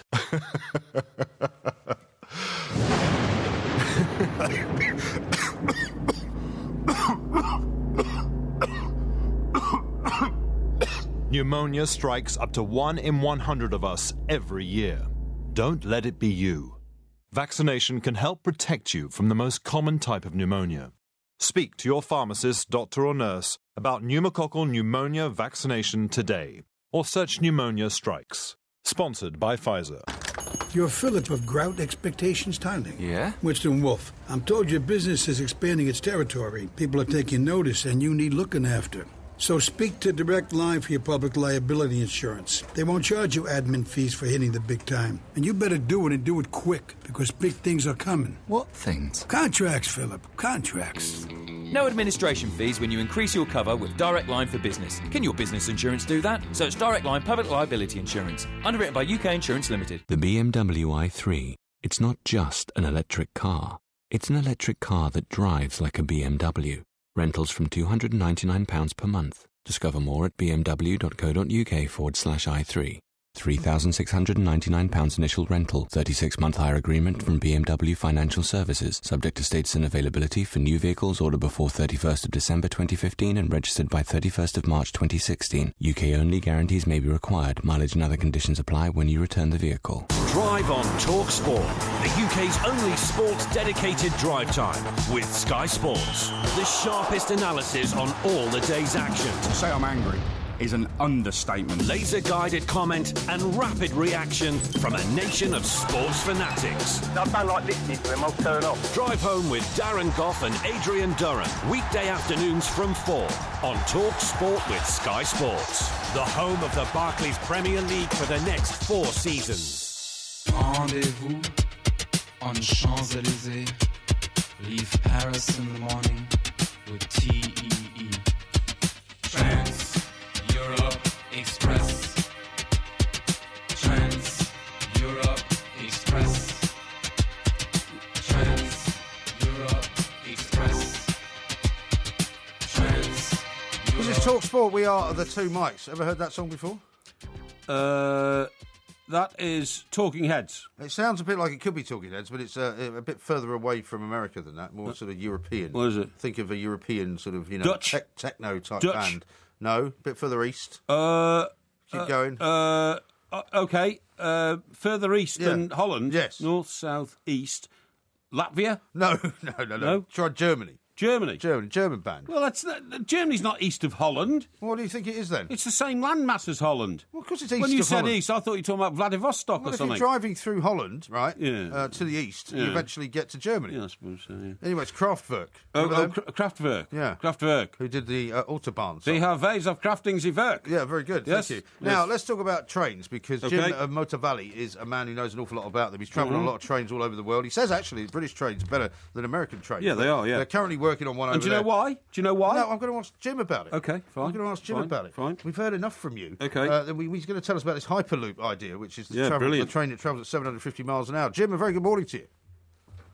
Good morning to you. I knew that was Kraftwerk, by the way. Well done. Well, anyone would know it was Kraftwerk. I mean, the man sitting next to me's knowledge of music is only sort of increased by his knowledge about nothing else at all. I mean, he just doesn't know anything about music. But anyway. Oh, that's a very nice introduction. Thank you very much. Well, I mean, you do know a lot about trains, though, because you do travel on trains an awful lot. Jim, tell us about this. I do travel on trains. Tell us a bit about this experimental Hyperloop thing and how close it is to reality. Well, the idea is technically feasible. Essentially, it's a train traveling in a near vacuum, and because there's no friction, no wheels, capable of very high-speed travel, something like, as you mentioned, 700 miles per hour. Right. It's kind of theoretical because no one has actually built a Hyperloop. It was basically a white paper that Elon Musk of Tesla Motors and SpaceX came up with. And he put down some, you might say, preliminary specifications, and he invited people to work on it, sort of as an open source code. And what's interesting about it is that several different groups, calling themselves the Hyperloop Connection, are trying to build like demonstration versions of this Hyperloop train. The original idea was that it would go from San Francisco to Los Angeles, where it actually would be very, very useful because there's no effective train service between those two cities. It's amazing. When I say that that European trains and British trains are better than American ones, despite whatever Margaret Thatcher might have done to the national rail lines, they are definitely better. We have Amtrak in the United States. Congress is constantly trying to defund it, and it doesn't go many places. We had 300,000 miles of train lines in 1910. We have about half that now. So, well, it's a very slow way. I mean, it is a very slow way to travel America, across large, vast land masses, isn't it? I mean, that's the problem. I mean, blimey, when some cities have 4 airports, what's the point of having a railway station, so to speak, Jim? You know what I mean? Well, we have only the equivalent of European trains only exists between Boston and Washington. Right. Well, I used to use that. I used to use that train a lot, and now they've got that new Acela train, which is pretty fast and pretty impressive, isn't it? Right, the Acela, but by European standards, it's pretty slow. I mean, the fastest goes about 100 miles an hour, and that's only for short distances. And most of the rest of the American train system is diesel, not electric. We have very few electrified train lines. I mean, it's very primitive, really. It is, Jim, but I tell you, there's one great aspect of the American railway system. Mike and I, my broadcasting colleague here, we worked in Manhattan, in New York City, in the 80s and 90s, and the men who lost their jobs were normally those who spent so much time in the bar car on the way home up to Connecticut or somewhere like that you just get completely plastered on a 90-minute journey where the drink is liberal. Is that still going on? Well, that's funny you mentioned that, because I live in Connecticut on that exact line you're talking about. Yeah. The Metro North line, and only very recently did they close the bar car. No, you're joking. Yeah, no bar car anymore. Oh, I'm not coming back to America now, if that's the case. We've got a mate, haven't we, up in Waterbury? We go up there on the train, and if you can't have the bar car, I'm not coming. But, I mean... Why did you want to go to Waterbury? Yeah, why would you go to Waterbury? I don't think you used to go to Waterbury. I mean, my sister, funnily enough, has got a place up near New Haven. Well, you use those trains a lot. And I've noticed, actually... New Haven's nice. Yeah, New Haven's all right, as long as you go to the right part of town. But, I mean, the funny thing about the train system in America is that we used to always think here that we had loads of train accidents. Now we have very few. But there seem to be more and more of them happening over there. Yeah, we've had a bunch of fatal train accidents lately with Amtrak trains. And it doesn't help that it's chronically underfunded, the entire national rail line, even though it's very well utilized. It has very high ridership. It's increasing all the time. But the Republican Congress is constantly trying to defund it and get rid of it. And I don't know what their problem is. But Jim, talking about this bullet train, right, that we're talking about, 720 miles an hour, or the speed of sound, what's that, 756 miles an hour, something like that? Something like that, yeah. Something like that. Now, the best way to describe this to our listeners is this. Supposing it's not in a tube, supposing it's on an overground line, and it's on a curve, there's a bloke in the back carriage with a rifle who wants to shoot the guy who's driving the train at the front of the train. Why do you want to do that? Well, just in case he did, would the speed of the bullet, to put into the perspective, the speed of the train, would the bullet reach the driver, or would the bullet fall to the ground? Maybe it would. And you actually can put these trains above ground. I mean, they're still going to be in a tube, but you could put the tube above ground. Right. And run them that way. There's a cost estimate of $6 billion to build the Hyperloop between San Francisco and Los Angeles. I think that's really cheap. I think that's really cheap, Jim. Honest to God, I do. It's too cheap. It's too cheap. They're not going to build it for that. I think that's a real underestimate. I mean, a new aircraft carrier for the US Navy, and you've got like 8 of them already, would cost about $6 billion. So, in my view, if you had a train system which took people from 2 of your major cities in 40 minutes, that would be an incredible investment. Well, we had a whole proposal for a high-speed rail line between major cities in the U.S., and it became a political football, and a lot of states ended up turning down money that had already been appropriated for that. And I think that was very foolish, and the result is that we now really still only have the high-speed rail between Boston and Washington. No high-speed rail has been built. Well, and talking of this Hyperloop thing, I mean, how would it work in practice? Because obviously it wouldn't be able to stop too often, because that presumably would slow it down to the point where it wouldn't be worth getting on. So, I mean, would it just presumably go from one point to another point, and once it got up to speed, it would just continue travelling at that speed, or would they be able to do it so that it could stop off? Well, I think it would not be a local train, as you say. You'd want it to go gathering momentum. Once it got some momentum, you want to keep it moving. Yeah. So I think it would be. The idea actually was that it would be totally international, and you'd be going, New York to Shanghai in an hour or something like that. Yeah. I mean, if they could build an underground tunnel between New York and London, that'd be brilliant. Yeah, well, it'd be absolutely incredible, yeah. Jim, the one thing I want to say about the Amtrak is that at least it is still nationalised and therefore regulated by elected politicians into what you pay for it. In this country, trains now, because we have a privatised system, we have 4 or 5 different train companies, they rip the consumer off dreadfully because they're allowed to basically charge whatever they want. The one safety of Amtrak... And they're still subsidised. Yeah, and they're massively subsidised by the government. But what they do is they say, oh, well, you know, our costs for running this service are huge. And so there is a safety barrier there if you're still nationalised. Yeah, I think, as I mentioned earlier, that Margaret Thatcher had some negative effects on the British rail system by privatizing it, and we haven't done that in the United States. And I do think that the train is a very cost-effective way of getting around. For instance, if I want to go to the airport, we don't really have trains to the airport, except I can go to Newark Airport from where I live in Connecticut. Yeah, that's true. $30. You can't get out to JFK or Newark. They used to have a subway. They used to have an express subway, but they stopped it. Yeah, exactly. Yeah, yeah, that's amazing. Yeah, It's a very makeshift system to get to either of those two airports. But I can go directly right into Newark Airport for $30, and I can travel. Amtrak is a good system for what it is. A lot of the cars are antiquated. They are. I don't think they rip people off. No, I think it's very, very good value for money. I think it's good value for money. How much money we pay for the trains here. Jim, we've got to go. Thank you very much indeed for your help. Jim Motorvelli there, I should say, expert on trains, says he likes our trains better than their trains, but I don't know. Well, but that's because in this country we don't have the sophisticated road network that America has, so we have to have trains. Sophisticated road network is about as far from what we have as you could get, to be honest. We have antiquated road network. That's why our train systems are better. Yeah. When is the day going to come when somebody's going to come and get hold of trains and cars and say the width of the axle is the same on both, and you can drive your car down to your local station, change the wheels, take the tyres off and put it on a railway line and drive to Liverpool? Why are you laughing? Because that's ridiculous. It's not. It's forward thinking. Oh, so how many people do you think are going to drive on the one line?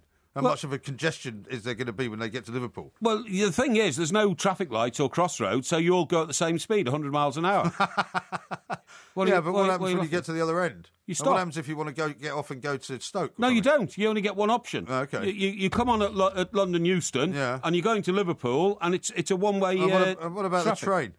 What? What about the train? Well, the train going to be running on the same line. No, well, that comes behind you. So the train's coming behind you? Or in front of you. I mean, there's lots of spared railway lines. If you stand by a railway line, you don't see trains running up and down it 24 hours a day. There's spare capacity. What about the level crossings? There wouldn't be any. That's possibly your most idiotic idea yet. It's not. No, this is Talk Sport. I'm going to tell you about the speeding bullet in a minute. Talk Sport. Wiry, thin and whip it quick. Hang on, there's a streaker on the pitch. Talk Sport. Crazy, but that's how it goes. Millions of people living as hoes. Yeah, but maybe. This is Talk Sport. We are the two mics. It's Porky Quiz time very soon. And also, of course, there will be a podcast. And we've got to do the Selco Predictor in the next hour as well. Now, a couple of things I need to bring to your attention. Okay. That guy we were talking to, Jim Motorvelli, he was talking about the guy who actually has come up with this plan for this train. Yes. Right? This guy, Elon Musk, Yeah. who's in charge of Tesla cars, right? This is these electric cars. Oh, yes. Do you know what his net worth is, this guy? Who?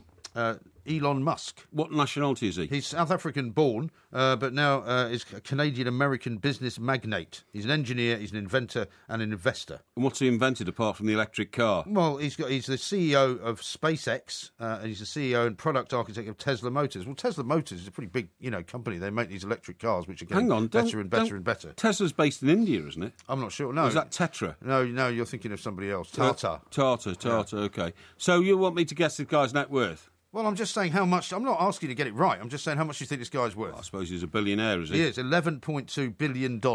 Really? Yeah. He doesn't really make anything, does he? He's only 44 years old. He makes cars. Yeah, but nobody drives them. Yeah, they do. People drive Teslas. No, they don't. No, they don't. Now, here's another thing that's going to blow your mind, right? A guy who is by the name of Andrew has tweeted us from Sydney, where he's currently on holiday, right? Excellent. He's come across a junction. And what nationality is he? Well, I don't know. He hasn't said what nationality he is. He's on holiday in Sydney. Okay. I don't know. He's probably English. Right. He might be Scottish. Right. He might be Welsh. Does it matter? So he's British? I don't know. All right. His name's Andrew. Well, stop getting into the minutiae. Tell me what he's got to say. Into the what? Minutiae. Well, he's come across a junction in Sydney, somewhere which looks very suburban. He sent us a little video of it. Yes. Where on the one side of the street is Parry Avenue. Oh, really? Right? Yeah. And on the other side of the street is Graham Road. It can't be. It's not a joke. Have we got a picture of it? He's got a video of it. I've just retweeted it. Have we put it out? I've just retweeted it. That's excellent. Well done. That's excellent. Well, what's his name again? Andrew. Andrew, thank you very much indeed, my boy. Well done. Yeah. Excellent. Now, how about this one from Gary the Milkman? He said, please tell the two mics all countries need to look at the Swiss rail network. It's the best in the world. Have you been on a train in Switzerland? Yeah, but they have to have railways in Switzerland because the mountains are so big, you can't build roads up and down mountains. So what you do is... Of course they build roads up and down mountains. No, they don't. Yes, they do. No, they don't. I've driven over Swiss mountains. Yeah, but you haven't driven over the Matterhorn, I've also gone... Well, no, you wouldn't drive up the Matterhorn. That's what I'm saying. But I've been through the Mont Blanc Tunnel. Yeah, well, that's what I'm saying. What I'm saying is the reason... You can drive a car through the Mont Blanc Tunnel. Yeah, you can, but they mostly what they do is they drill holes through the base of mountains and put railways in there. It's the easiest way to get around. Yeah, but that's I like the Swiss railways. I've been to Interlaken. When was the last time you were on a Swiss train? 40 years ago. Sorry, what's your problem? 40 years, was it a steam train? 40 years ago? Yeah. Dear God. And I, for the first time ever, I tasted Lindt chocolate. You can buy that here, you know. Well, you can now. We couldn't in those days. I brought home a case full of Lindt chocolate for my mum. Did you? Yeah. A case full? Yeah, and it was very expensive in those days. Yeah. Well, thanks for that. Now, how about this one from Ian, the Sainsbury's... I thought you were going to tell me about the speeding bullet. Oh, yeah, the speeding bullet. I've got to tell you about it. Thank you. The speeding bullet, because you were asking that ridiculous question. I said if a train was going at 756 miles an hour and the bloke in the back carriage on a curve tried to shoot the driver... Who happens to be a homicidal maniac. With a rifle, that's right, yeah. Or a terrorist. Yeah, tried to shoot the driver who was in the front carriage, obviously. Wouldn't it just be easy to blow up the train? Well, no, because he might decide that he didn't want anybody to know that the driver is dead. You see what I mean? And then when they get to the station, it's a secret assassination. Bang! It just it's like Speed, isn't it? Wasn't that the film called? Yeah, Speed? that was on a bus though. No, there was what was the train one? Are you thinking of the? Well, there was. Is it Pelham 123? Well, there was Pelham 123. Pelham 123. I mean, there was a train involved in the Speed. Speed, yeah, that's right. But it was largely about. Okay. Anyway, what's the answer? Anyway, the answer is no.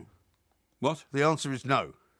Well, yeah, but I need a development of the answer, please. Well, your question was, would it be possible for the man to shoot the guy with a bullet, or would the bullet fall down on the ground because the train was going so fast? The answer is he would be able to shoot him. Right. Because the bullet goes at 2,500 feet per second, right, which is around 1,700 miles an hour. So that's twice the speed of sound. Well, it's almost 3 times the speed. No, it's not. The speed of sound is 750 miles an hour. It's almost 3 times, is what I'm saying. And it's closer to 3 times than than twice. So the train would be travelling at the speed of sound, but the bullet would be travelling at twice that speed. Well, the question you should have asked him is, would he hear it going off? No, that's a good question. That's a good question. Do you know where I first learnt about the relativity of sound? Sorry, why do you find that amusing? What do you find amusing? No, where did you first learn about the relativity of sound? In Gladys Street. Where? In Gladys Street. Where's that? Gladys Street is the standing end of the old Goodison Park Stadium. Okay? Yeah. And what happened was, when the away fans were in the other end, and it was actually an Everton-Liverpool game, and in those days it wasn't like 10%, half the stadium was full of Liverpool fans, when they were chanting things like, Tosh Shack, Tosh Shack, Tosh Shack. What you used to hear was, you used to hear, like, Toshak, right? But then there was a 4-second delay. Yeah. Although you could see them clapping their hands, you didn't hear that until 4 seconds later. But isn't that like watching... It was amazing. I mean, we'll see it again at the Rugby World Cup final when the national anthems are being sung when New Zealand... Are you going to be supporting Australia, by the way? Because we haven't talked about that. I'm supporting Australia, definitely. So we told Sandra last night we supported Australia. Yeah, we did say that, but you don't always go with that. Anyway... Oh, no, I do. When we see do you think I speak with forked tongue? Well, you do sometimes. No, I don't. And you gave me a hard time for supporting Australia way back early in the tournament when I said they were one of the best teams and I thought they might win it. And I still think they might win it. That was different. But, I mean, when you see them singing their national anthem, you see the players singing out of sync with what you're hearing. Yes, you do. Don't you? Indeed. But having said that... But they're not singing out of sync. No, they're not. So how does that happen then? Well, it's the speed of sound, isn't it? No, because the sound is being recorded, presumably, at pitch side, so we should be hearing exactly what the players are hearing, but we're not. So why do they look as if they're singing out of sync? I've never noticed that. Well, you'll notice it when you watch the final. Yes, you will. No. They are always singing out of sync. When I sing... God save our gracious Queen, right? Yeah. And I've seen myself on telly singing that. What? The words come out of my lips at exactly the same time as my lips are moving. When have you seen yourself on TV singing that? When I've watched playbacks of football matches where I've been Why would they be focusing it on you? Well, because I was in the Royal Box standing behind Graham Kelly, who was the... knifing him in the back. That's a bit harsh, isn't it? Graham Kelly was the chief executive. He actually let you stand behind him. I would have made sure you were in plain sight. Yeah. I would have made sure I could see what you're doing. I will make a comment on that. Now, listen, the reason that we played a song about letters, right, is this. We play a song about letters? Yeah, letters, yeah. Now, I will say very comprehensively, whenever I've bought a present for your 2 young boys, right... Well, it hasn't been very often, has it? What? Well, it hasn't been very often. Yeah, it's been often. Huh? I stopped buying presents for your boys when I bought them a plane. Yeah, which you they had to share. Hang on. They had to share. Which you failed to put together properly. So the first time it took off, it crashed. Yeah. It was made of balsa wood. Yeah, no, it wasn't. Rubbish. It was made of balsa wood. Oh, that's a very nice way to describe, my present to your boys, isn't it? Well, not only did it have to be put together, which I don't appreciate having to waste my time doing, right? Oh, it also had to tell be, you what. It also tell your boys to forget about their Christmas present from Uncle Mike, okay? Well, what did you give them last year? What? I seem to remember last year you gave them the remnants of some chocolate that you found in the boot of your car. That is rubbish. On about January the 3rd. That is absolute nonsense. You did. You are so ungrateful for what I do. You gave me a selection box with a couple of things missing. I did not. And you're not their uncle anyway. It wasn't my fault they fell out in the boot of the car. You know. And also, the worst thing about that crappy balsa wood plane that you gave them, that's a very nice way to describe my Christmas present, isn't it? Once you put it together... Would you like to repeat that? What? So I can stand up and punch you in the face? I wouldn't recommend that. You've got a bad back. Did you say a crappy plane? Yeah, balsa wood plane. I'm speechless. You had to actually charge the thing as well for about 2 days before you could even try and fly. I'm speechless. Right? I was going to actually compliment your boys and say whenever I buy them a present, they send me a letter saying thank you, Uncle Mike, or something like that. I'll soon put a stop to that. Well, you brought them in and gave them to me. Really? Yeah. I don't remember that. And do you know why I'm telling you this? Why? They don't send you letters. They send you a card. A new report says thank you card. Writing letters to kindly relatives used to be a ritual for most children after Christmas and birthdays, but the days of letter writing are numbered. A third of today's teenagers have never written a letter in their lives due to online messaging. Well, I don't write letters. That's a disgrace. Do you write letters? I do, what all was the the time. last letter you wrote? I sent my sister a card 3 weeks ago after we had not a letter. A family get-together. No, a card is not a letter. It is to me. No, it's not. No. It is to me. No, a thank you card Oh, is different. no, I don't just say thanks a lot. I put in it, you'll spend lots of time making the house look wonderful, and I love the candles. She couldn't care less. What? She couldn't care less about all that. She values these. She collects them. I bet they're all in a bin. She collects them. They're all in a bin. No, she collects them. And where do you get these cards? Do you send her the same card every time? No, I go to a specialist card shop in a place called Cheam in Surrey, where, by the way, for instance, supposing I was going to get you a card for your 58th birthday, right? Yeah. I could go in, I'd pick a great card, and then the lady behind the counter would say, would you like an age on it? Oh, yes, please. I'd like a gold or a blue 58, and they get out the special letters and they put them on in front of you. Special letters? Oh, it's brilliant. Wow. It's brilliant. Right, I love them. Cove. It costs £6.50. Do you live in Hobbit World or something? Why do you ask me a stupid question like that? All I'm trying to do is do good. Spread, magnificence amongst the world. How's that going? All you do is just completely try and trash it all the time. Because road conditions change in a second, BMW's intelligent four-wheel drive switches power from rear to front wheels in just 1/10 of a second. From rear to front. From front to rear. From rear to front. Delivering grip that's almost magnetic. X-Drive. Available on models across the range, including Sports Hatch, Saloon, Coupe and Touring. To find out more, visit your local BMW centre.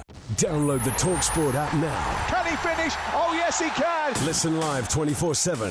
Visit TalkSport.com/apps or your provider's app store to download today and make sure you don't miss a thing. Plus, get the latest news and features from TalkSport.com. Way too easy. Download the TalkSport app now. Do you have a child aged 2, 3 or 4? Flu can be serious for young children, but you can help them stay well this winter. All it takes to help protect your children from flu is one simple nasal spray that's free, fast and painless. Don't put it off. Take up the offer from your GP as soon as you can. NHS. We're here to help you stay well this winter. The following offer applies to new Mercedes-Benz SUVs ordered between the 2nd and the 8th of November 2015. 3 years free servicing is based on 3 services over 36 months. No cash alternative. When you buy a brand new Mercedes-Benz SUV, your first 3 years of servicing are taken care of for free. So, while you're on your 3 camping trips, your dozens of takeaway pickups, They forgot the poppadoms. or your hundreds of school runs, Daddy, why is that cow climbing on his friend? you can rest assured that your Mercedes-Benz SUV will be running like it's brand new. For no extra cost, visit our SUV event at your local retailer from the 2nd to the 8th of November. Unmissable offers from Mercedes-Benz. This week, check out Asda's Toy Sale, with over 100 toys up to half price, including My Little Pony, Twilight Sparkle and Rainbow Dash 2-pack, was £40, now £20. And Lego City 3-in-1 Value Pack was £40, now £30. Lots of toys, so many savings. And heaps of fun with the Asda Toy Sale. Available in store and online at george.com. Asda. Save money, live better. Selected stores, lines and availability. Higher price charge, 59 stores. Bienvenue au weekend sports breakfast avec Michelle Quinn and Georgie Bingham, Sir Talk Sport with Benno Vance. It's the breakfast show that cooks up a souffle of sport and a pan au chocolat of pre-match build-up every Saturday and Sunday morning on Talk Sport. The hors d'oeuvre to another big weekend feast of football. Hey, La, does anyone know the French for meat pie? The weekend sports breakfast with Mickey Quinn and Georgie Bingham. Saturday and Sunday mornings from 7 on Talk Sport with Benno Vance. 4 years warranty and roadside assistance as standard. Ooh la la. This is Talk Sport. We are the Two Mics. There will be a podcast coming out a little bit later on. Here's a great one from Huey, who says, does Porky live in 1955? Balsa wood plains, old chocolate at Christmas. Maybe he'll be giving oranges next and roasting chestnuts. Why do you think that's funny? Because that's where you... Don't you like tradition? No, not particularly, no. You don't like tradition? We've moved forward into the world of 2015. I mean, you're about to buy a new car. Would you like to go back to the 60s and buy, some kind of old Austin Cambridge and drive around in that? So, why wouldn't you embrace technology? Why wouldn't you embrace the future? So what we're saying here Progress. is that you think I spent 2 or 3 days trawling around old toy shops to find a balsa plane for your boys. I imagine so. I didn't. I went into the most modern probably shop. got somebody else to buy it for you. The most modern model shop. What model shop? In Stockbroker Belt, Surrey. A model shop? Yes. What else have they got models of in balsa wood? Maybe you get me a balsa wood car. I can drive around the country in it. I think you're despicable. Balsa wood planes. Have your boys got a railway set? No. They haven't. No, they're not that interested in railway sets. I see. So they've never expressed an interest in one. Let's put it that way. So railway sets are fine for multi-millionaire, successful pop stars like Rod Stewart. If you're into that sort of thing, yeah. But they're not good enough for your boys. Well, I wouldn't say to them... I think you're depriving them of one of the basic joys of boyhood. Did you have a railway set? Yes. Did you? Yes. Was it a Hornby one? It was Hornby. Yeah, I had one as well. Yes. I bought my son one, actually, my older son, right. Who's now about to be 21, actually, okay. Amazingly. Are you going over for his birthday? I might be, yeah. I don't know what's happening When yet. is it? It's in January. Oh, you're going to abandon the show again, Well, I might have to. Yeah, okay. Yeah. I might have to. Yeah. Well, but we'll just find somebody else to do it, won't we? I guess you'll have to. Yeah, well, you found another mic in the past. I'm sure you can find another one if you look around closely enough. We'll look around, anyway, here's the thing. I got him one, right, but he was too young. Because I bought him this wonderful... I went to Hamley's, actually, and bought this really, really kind of ornate, quite big, train set that you could put together. Yes. And we had a conservatory in those days, and he was sitting... I looked out as 10 minutes after I bought it. Yes. And he was sitting in the conservatory, and he was taking all the, the metal parts out of the rail. And why? Why was he doing that? Well, it was just because that was what he wanted to do. He was wrecking it, actually? He was wrecking it, yeah. Because he was a little bit too young. Right, I see, yeah. So, I mean, train sets are very nice. I mean, but... Did you have a scale extric? No. Do you know what?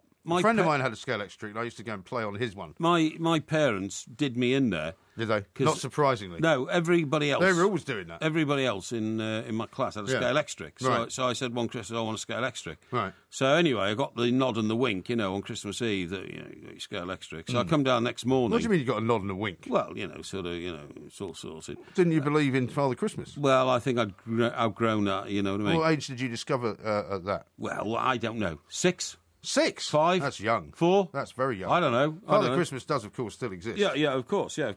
But anyway, so I came down next morning. Oh, it's great. Where's my scale extric? And I walked around the room 3 or 4 times without spotting it because it wasn't a scale extric. It was another thing, you know what I mean? Oh, it was like an Erzatz one. A what? An ersatz scale extract. What's ersatz? Well, I mean, like a fake. Yeah, it was, yeah. It was like... It was a fake scale extract. Do you know what? I think it was Eastern European. Oh, dear. It was this Eastern European. Did it blow up when you first started Well, it wasn't just that. It was just that when you tried to put the plastic bits of the track together, they never fitted. They didn't fit. Right. So you had these gaps of like half an inch, and the car like lost all its power. Right. And it was just... So you must have been so ashamed of that because you couldn't bring anybody around to play with your fake scale extract. I couldn't. Mark says, Mike Parry's tight-fistedness is all coming out now. What? Tell us more, Mr. Graham. What do you mean? What am I tight-fisted about? Tight-fistedness about the chocolate state, the old chocolates he found in the boot of the car. Hang on. How many people buy your children presents at Christmas? Well, lots of people buy the presents at Christmas. No. Yeah. Family members. Family members, yeah. But I'm non-family members. Well, no, because you don't tend to give presents to people who are not part of your family. What? You don't tend to do that, do you? Well, I do, you see, because I've got a big heart. Well, actually, only one-third of my heart works. You've got a very small heart. Yeah, exactly. Bevo says, Porky buying presents, didn't he give you a selection box and a pack of sausages wrapped up last year? That's true. I gave you... You won sausages in a meat raffle and you gave them to me. And I shared my winnings with you. Don't you like that? No, I didn't want them. Listen, of all the... Somebody, by the way, sent a picture in of one of the Top Gear episodes where they put cars on train tracks. Brilliant. But it looked ridiculous. I love it. Talking about cars, right, I was going to bring this up with you. Yeah. Now, that terrible problem you had with your car on Bodmin Moor... Well, it's still going on. That wasn't Bodmin Well, it was the New Forest. The New Forest, that's right, yeah. And it's still going on and all that. Do you know what the next trick is going to be with the insurers? You won't believe this. Oh, yeah, I know what you're going to say, because I read this in the paper the other day.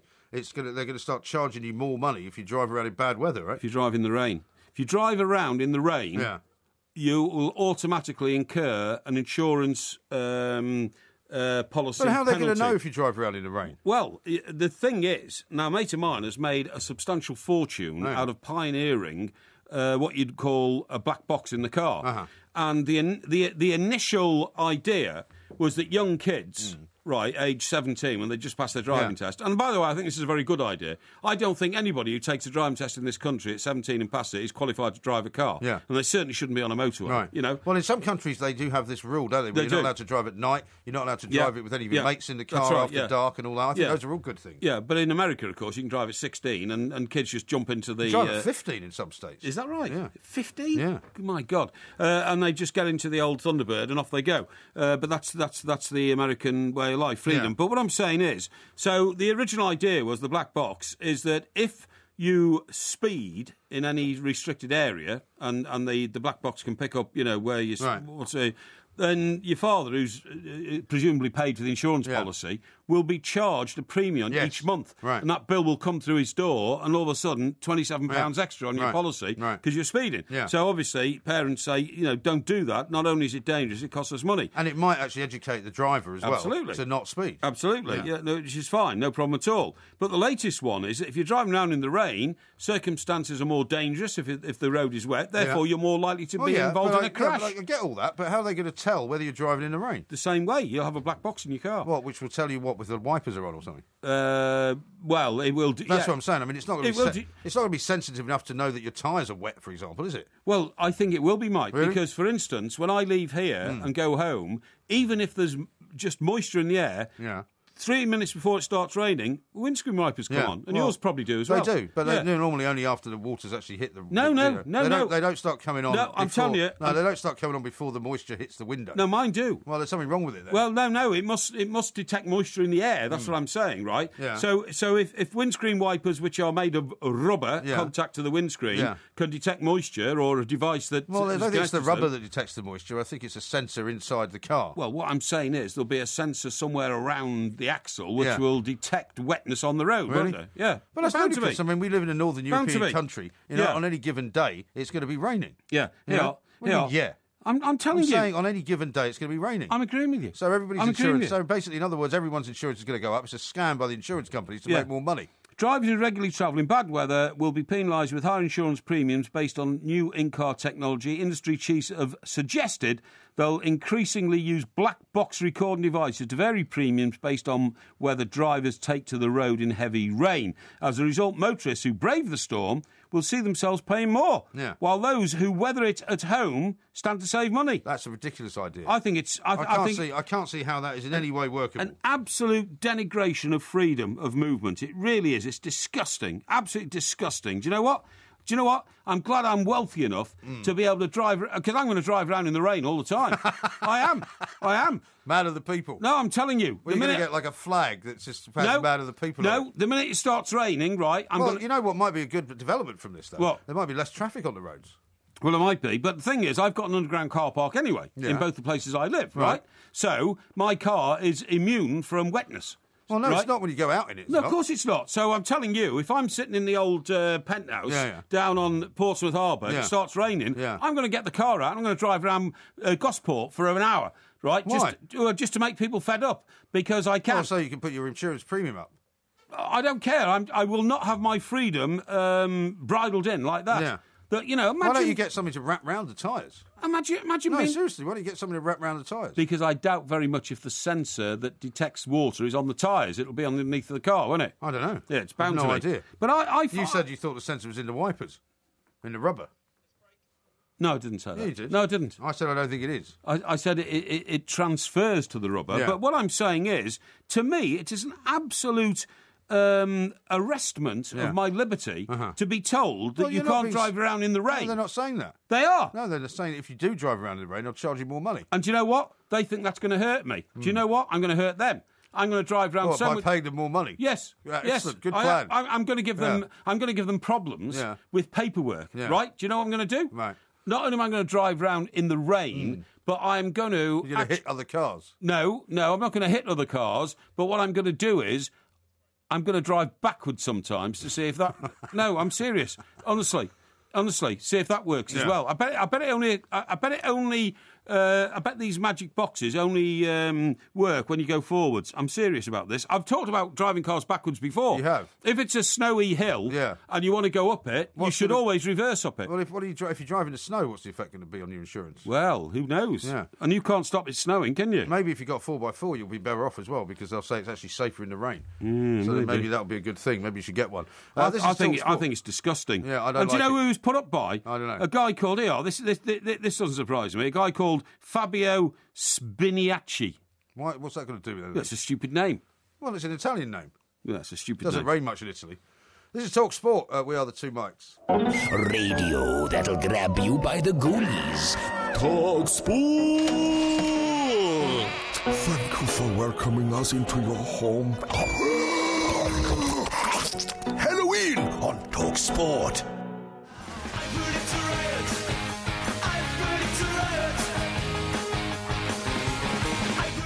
If you've not already signed up for our Selco Predictor game, then you should get involved. It's not too late. There are brilliant prizes up for grabs every single week. This week, everyone who beats Andy Jacobs' score will be entered into a draw to win an Xbox One and a Halo 5. Halo 5 indeed. Go to talksport.com/predictor, or there's an app. Search Selco Predictor in the App Store and download it for free right now. It wasn't the chip that they be frozen, then I'm very sensible.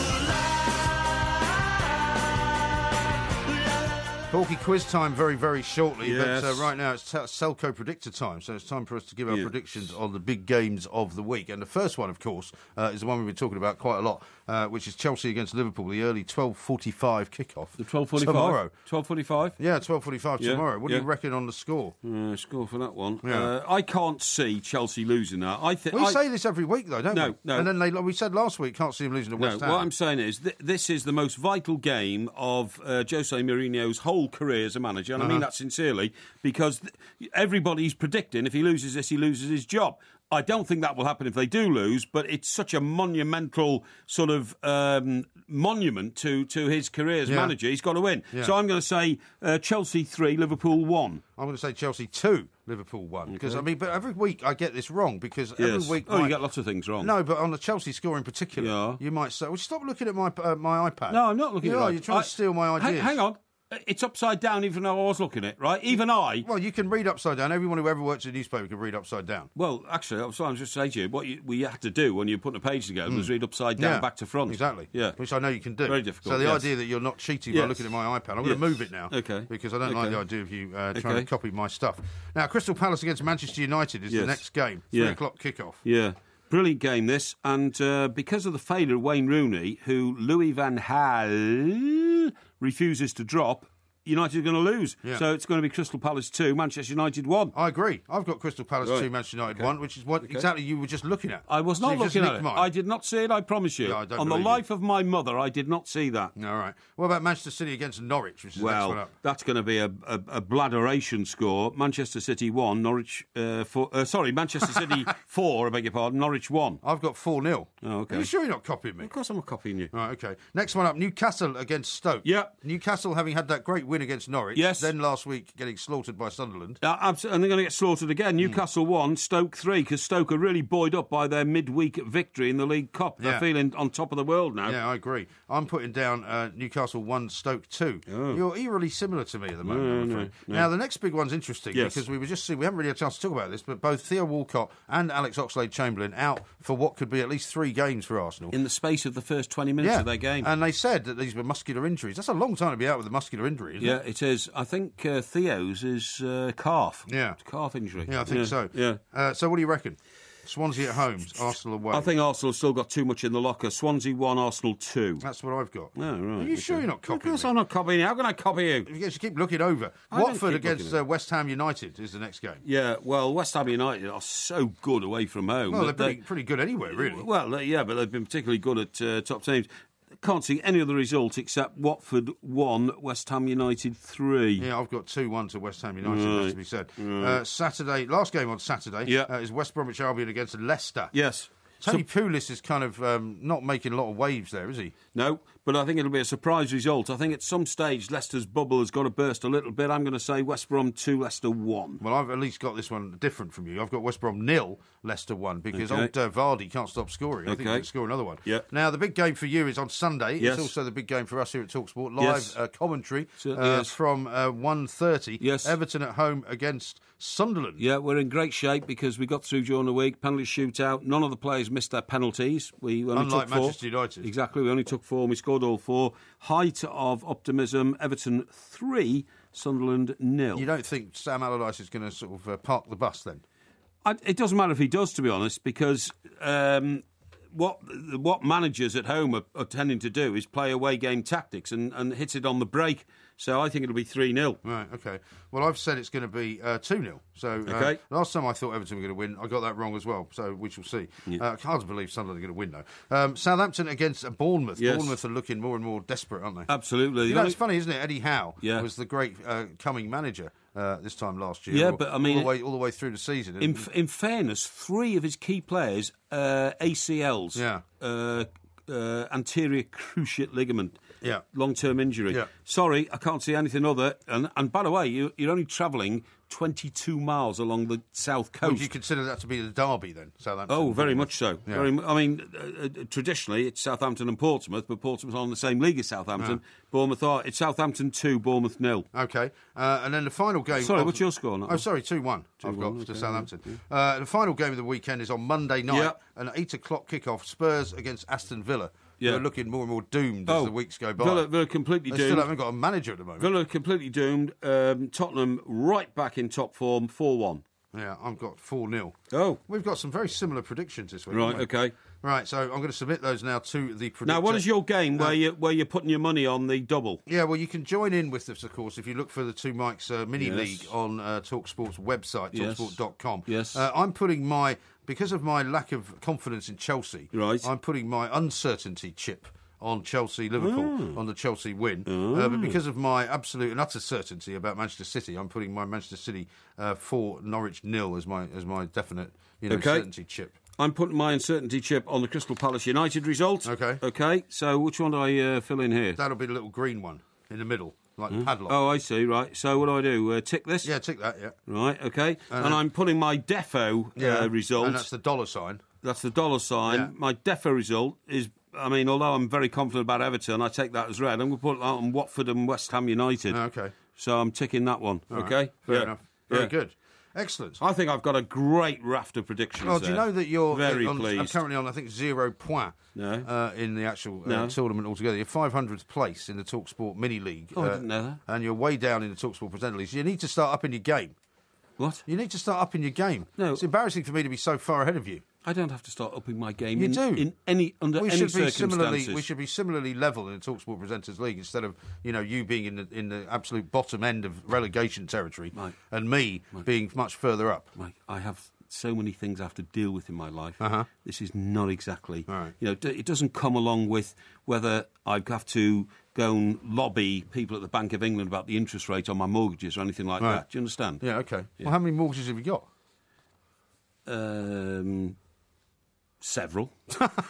Sorry, what's your problem? Man of the people. What's your problem? How about this one from Julian in Cardiff? He's texted in. What will happen when you use your windscreen washers? Will your insurance go up? Good question. That's a very interesting point. And how about this one from Martin? What happens when it's a dry day and you wash your car? Or you go into a car wash? Yeah, good point. And here's one from Claire, who's an insomniac from Waltham Abbey, I think. She says, what if you drive through a burst water main and or a car wash and Porky's Premium in Wales, it's always raining in Wales? Load of nonsense. Well, no, it's an interesting point, but if you drove through a road where there'd been a burst main or something like that, you would incur the possibility of higher insurance charges for the fact that your brakes might be affected by the water that gets into the disc. Right. Because, believe it or not, in the most modern cars, the brakes are more susceptible to weather than the old-fashioned cars. In the old-fashioned cars... I don't agree. No, in the old-fashioned cars, Mike... Tyres are better now? No, let me tell you, in the old-fashioned cars, you used to have a drum, and when you put your foot on the brake, it pushed air into the drum, and the drum pushed a pad up onto the wheel to slow it down. In the modern cars...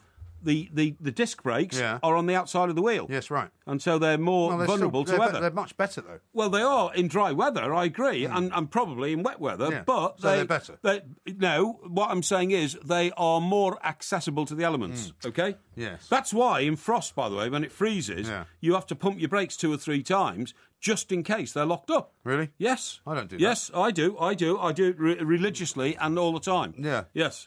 Well, that's because you drive too fast. No. Now, Listen, you don't know what you're talking about, as usual. It's very important now that you look into the light and check the time because it's time for the Porky Quiz. Right. Colin Murray, weekday mornings from 10 on TalkSport with Wix. Every weekday morning, get opinionated comment. So excited, only 3 Leeds United managers until Christmas. Exclusive interviews. Jimmy Carragher. Well, I had him by the throat, never mind shouting at him. And unmissable debate. You've backed yourself into a wall now, Cole, if you don't mind me saying so. From the biggest names in sports broadcasting every day. As always, you take this show on to a new level. There ain't no listeners like the TalkSport listeners. Colin Murray, weekday mornings from 10 on TalkSport with Wix. Let's do it right. Because road conditions change in a second, BMW's intelligent four-wheel drive switches power from rear to front wheels in just 1/10 of a second. From rear to front. From front to rear. From rear to front. Delivering grip that's almost magnetic. X-Drive. Available on models across the range, including Sports Hatch, Saloon, Coupe and Touring. To find out more, visit your local BMW centre. Do you, or does someone you know, have a long-term health condition? Coughs and colds on top of an existing condition can easily develop into something more serious and cause complications. But you can protect yourself this winter. If you notice the early signs of a cough or cold, then you should talk to a pharmacist to get the advice you need and help make sure it doesn't become more serious. NHS, we're here to help you stay well this winter. The following offer applies to new Mercedes-Benz SUVs ordered between the 2nd and the 8th of November 2015. 3 years free servicing is based on 3 services over 36 months, no cash alternative. When you buy a brand new Mercedes-Benz SUV, your first 3 years of servicing are taken care of for free. So, while you're on your 3 camping trips, your dozens of takeaway pickups, They forgot the poppadoms. or your hundreds of school runs, Daddy, why is that cow climbing on his friend? you can rest assured that your Mercedes-Benz SUV will be running like it's brand new, for no extra cost. Visit our SUV event at your local retailer from the 2nd to the 8th of November. Unmissable offers from Mercedes-Benz. This week, check out Asda's toy sale, with over 100 toys up to half price, including My Little Pony, Twilight Sparkle and Rainbow Dash 2-pack, was £40, now £20.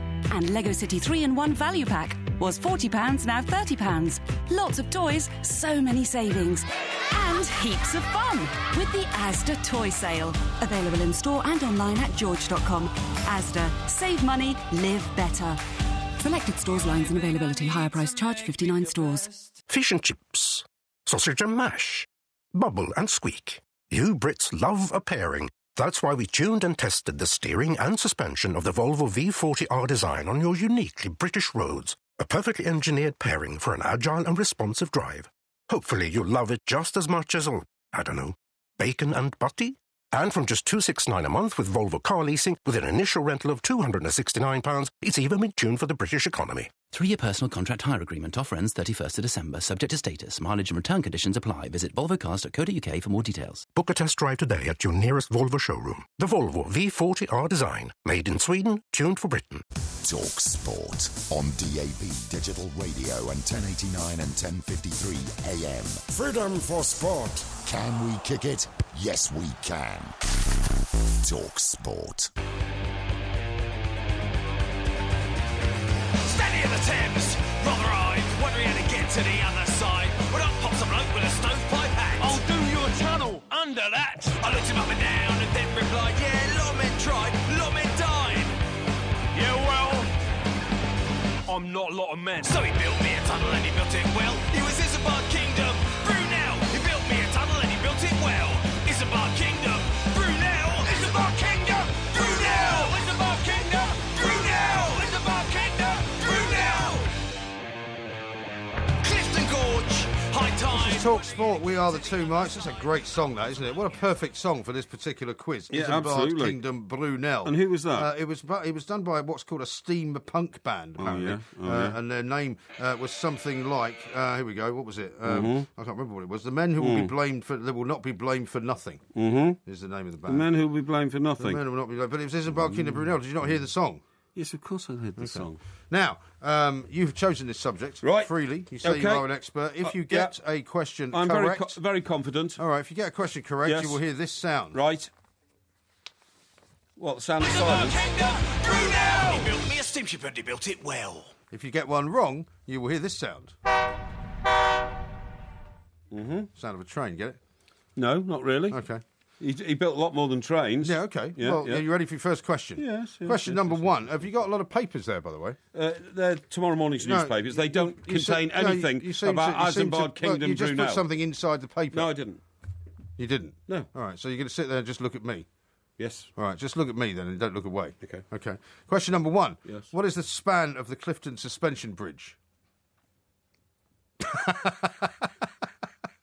Sorry, what are you You're finding so desperate to amusing? look at something else, aren't you? No. I've rumbled you finally. No. The span? The span of the Clifton Suspension Bridge. Do you mean... Why are you looking down? What do you want me to do? I want Stare you to into look- your yeah, eyes? stare into my eyes No, and I'm answer not the going to question. stare into your eyes. Why not? You've got a revolting face. You're looking down. Now, You're looking down. Do you mean the... You're still looking down. Do you mean the length of the arch, or do you mean the distance between the two pillars? The span of the bridge at its longest point, which means across the gorge. It's across the gorge. Which bridge is this again? The Clifton Suspension Bridge. I think that is... Sorry, what's your problem? What have you got there? I'm drawing He's now drawing a Clifton Suspension a Bridge. diagram. Are you going of to measure it then? No, because I can... Is it life size? I can picture it now. It is exactly... Right? Yeah. I'll give you 10% either way. Okay. It's just short of 1,000 feet. Incorrect. 702 feet. I said it's short of 1,000 feet. Oh, well, so it could be 2 feet then. No. That's 30% off. That's not good enough. No, it's not. Question I number got two. that right. I got that right. You did. Question number two. What happened to Brunel during the building of the Rotherhithe Tunnel?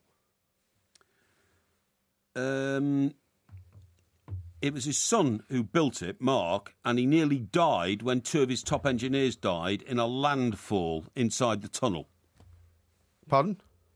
I'm not repeating my answer. Why not? Because I've given you the answer. I didn't hear it. You're supposed to be the question master. You said his son died. No, I said, didn't what say happened his to son Brunel? died. I didn't say his son died. I said what happened to him. I've told you the answer. Well, I didn't hear it. Well, I'm sorry. In that case, I will be awarded the point. Oh, is this your new? This is your new policy. I'm sorry. You're supposed to be the quizmaster. I give you the answer. All I heard was there was a landslide involving his son. Yes. Right. And yes. you said that 2 workers died. 2 of his top engineers died. So is that you're saying that's the answer? I've given you the answer. Okay. I'm not giving you another one. Incorrect. No. It's incorrect. What are you saying then? He nearly drowned. I just said to you, a landfill killed two of his top engineers and he nearly died. No, he nearly drowned. He didn't nearly drown, he nearly died because the landfill pushed him into the ground, which happened to be waterlogged because they were burying themselves under the River Thames. No, this is rubbish. This is rubbish. You didn't even hear my answer. Question number 3. You didn't hear my answer and you won't concede that I get the right answer. I said the answer back to you and you said yes and I said it was wrong, which it is. I mean, you're a disgusting man, you are. Question number 3. What was his mother famous for? Brunel's mother? Yes. Well, she married the Frenchman who was Brunel's father. Is that your answer? No. Right. I'm just thinking aloud. Okay. Thinking aloud. And his mother... I'll tell you what his mother did. Sorry, what's your problem? You're trying to put me off. I'm not trying to put you off. You're trying to put me off. She designed the tablecloths on the Great Western Railway. Incorrect. That's not incorrect. She did. She faced execution in France after being suspected of being a spy. Well, she wasn't shot. That's what she was famous for. Well, no, she wasn't famous for that at all. Yes, she was. No, she was. Rubbish. That's a myth. Okay. That's a myth. Question number 4. You should get this one. You got none out of 3 so far. Who portrayed? I've got at least 2 out of 3. Who portrayed Brunel in the Danny Boyle opening ceremony of London 2012? That's not about Brunel. Yeah, of course it is. No, it's not. It's about the Olympics. It's about the Olympics opening ceremony. Very famous opening ceremony. Who portrayed Brunel? I think that was... I'm agreeing to answer this question, even though it's not a proper question. Well, you're supposed to answer the question. That's why it's not a proper quiz. question. Did he have his big, top hat on? He did. In that case, I think... Well, technically, that's a clue, obviously. No, I think that was... This is not a proper question, by the way. I'm doing you a favour by joining in the quiz here. No. I think it... Well, I'm just going to think... It was... I think it was old Hugh What's-his-name. Hugh What's-his-name? You know, in 4 Weddings and a Funeral. Hugh Grant. Hugh Grant. Incorrect. But it wasn't a proper question anyway. It was Kenneth Branagh, who appears in 1 or 2 quizzes in the past. You remember that? He was in the Henry VIII quiz. Was Henry V Sir quiz? Kenneth Branagh. The Agincourt quiz. Right. None out of 4. Question number 5. Why did he build Paddington Station? He built Paddington Station because he thought he could build a train that would take people all the way from London to New York, and they had to start in London and then get off the train in somewhere near Bristol and get on the boat that he built, London called the SS Great Britain. Incorrect. Yeah. No, it's not incorrect. It's incorrect. Well, what's your stupid answer? The correct answer is that he built Paddington Station because at the time he favoured wide gauge railways, right? And all the other stations were built by Stevenson, which was narrow gauge, and so he decided to build his own station so that his own trains could go in and out of London. His gauge was 7 foot and a quarter of an inch, and which eventually became obsolete. Yeah, Stevenson's was 4 feet 8.5 inches. That's good knowledge, but unfortunately we haven't got a question on that. Well, you should have a question on proper things that Brunel did, not stupid things. Out of 5. Question his mother didn't get shot as a spy, did she? She was suspected of being a spy. Rubbish. Yes, she was. I suspect you of being a creep, right? But this, how do you define that? How do you define that? You don't get any points for that either. Question number 6. When was the maiden voyage of the Great Western ship? The Great Western? Surely you know this one if you're doing your research. The Great Western? Yeah, when was the maiden voyage? Brunel was born in 1806. That's not the answer. And he died in 1859. That's he also was 53. not the answer. That's not the answer either. And he built the Rotherhithe Tunnel in 1832, the one in which he nearly died in a landfill. He nearly drowned, actually. He didn't nearly drown. And the answer to... what was the question again? When was the maiden voyage of the Great Western ship? Maiden voyage. That would have been when he was 40 years of age, so that would have been 1846. Incorrect. It's not incorrect. It is. It was April the 8th, 1838.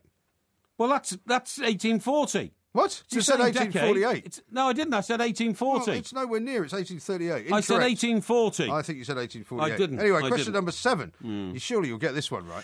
Where would you find the top mast from the original Great Eastern ship? I reckon that's in Bristol Docks. Incorrect. No, it's not. It's amazing, this, actually. It's now the flagpole at Anfield. Oh, utter rubbish. It is. It is the flagpole at Anfield. Tosh. Question number 8. You're going for a real record here. You got none out of 7 so far. I'm not taking part in this. Question number 8. Surely you'll get this stupid. one. Where is the Brunel Museum? The Brunel Museum? Yes. Which one? Which one? The Brunel Museum. No, there's more than one. No, there's only one. Brunel was born in Portsmouth. So he did a lot of work. He did a lot of work around there. Yeah. But I reckon the people who most love him are those in Bristol because of the Clifton Suspension Bridge. The answer is Bristol. Incorrect. No! It's in Rotherhithe, down the road from where I live. You've driven past it. You've driven past it. Have you ever driven into the Rotherhithe Tunnel? There's a huge wrought iron... He built the Rotherhithe Tunnel? Yeah, there's a huge wrought iron word spelling out Brunel with letters about 6 foot high. Well, I go to a pub in Gosport, in Portsmouth, called the Brunel Rooms. Well, that's not a museum. Doesn't mean his museum's there. His museum is in Rotherhithe. Question number 9, to see if you get 2 out of 10. What mishap befell Brunel in 1843 while playing with his children? What? What mishap befell Brunel in 1843 while playing with his children? His children? I know. He put his back out. Incorrect. What are you laughing at? He swallowed a half-sovereign coin, which became lodged in his throat while he was performing a conjuring trick, and he had to be strapped to a board and turned upside down so they could get it out. Rubbish. It's true. Question number 10. Can you finally get 1 out of 10? What's the connection between Brunel and Florence Nightingale? What's the connection between Brunel and Florence Nightingale? Well, Florence Nightingale was the lady with the lamp in Balaclava in 1856. Now, Brunel died in 1859, right? So she must have got back from the Crimean War, which started in 1852. And none of those are the correct answer. Excuse me, I'm just thinking aloud. And therefore, I believe that the connection would have been... he built the Florence Nightingale Hospital. That's not right. Yes, it is. It's not right. It is right. No, it is right. I'll give you a point just because I feel sorry for you. Oh, rubbish. She commissioned him to design and build a prefab hospital. Thank you. Which is not the Florence Nightingale Hospital, which could be shipped out to Crimea. Exactly. That's exactly what I said. Where do you think the Florence Nightingale Hospital is? It's in... Oh, this is not a question, by the way. No, this is just a supplementary. I'm asking you. It's in... it's in Balaclava. You think the Florence Nightingale Hospital is in Balaclava? Yeah. Well, we'll look it up, shall we? Yeah. But anyway, I'll give you half a point for that. No, you won't. It's not called the Florence Nightingale Hospital. Well, that's 1.5 points then. How's it 1.5 points? Because I got the first one right. You claim that independent question masters played the You Got It Right song, so I broke my duck. Oh, look at this. Isn't that interesting? What's that? The Florence Nightingale Hospital is a psychiatric hospital. And it's in Listen Why are you Grove. making fun of people who are mentally disabled? Well, I'm not. I'm just saying that it's very appropriate that you would think that's the answer. It's in Listen Grove, Marylebone, right? Yeah. Where I used to go to school. Oh, is that right? So you're going to get half a point. Well, I'm not surprised that you were born and brought up near a madhouse. That doesn't surprise me at all. Oh, dear. I know those questions. That's a half out of 10. That's appalling. No, it's not. That was the Porky Quiz. Quiz. It's 1.5 out of 10. No, and half by the way, out of 10. The questions were despicable. They were set by the independent quiz masters. Questions about the Olympics. Questions that I got right, which you said were wrong, about him building the Rotherhithe Tunnel. Yeah. I knew when he was born. I knew when he died. Well, I didn't ask you about that. I knew the ships that he built. I didn't ask you about that. I knew the width of his railway was 7 foot and a quarter inch. You researched the wrong material. I did not research the wrong material. You, just as usual, gerrymandered the questions around my great knowledge. Half out of 10. It's a spectacular effort on Isambard Kingdom of Brunel. I'm claiming 3. You can claim what you like. 3 on what I call Dickie questions. OK, this is Talk Sport. I know everything about Brunel. Talk Sport. Honest, diligent and remarkable. Amazing. Talk Sport.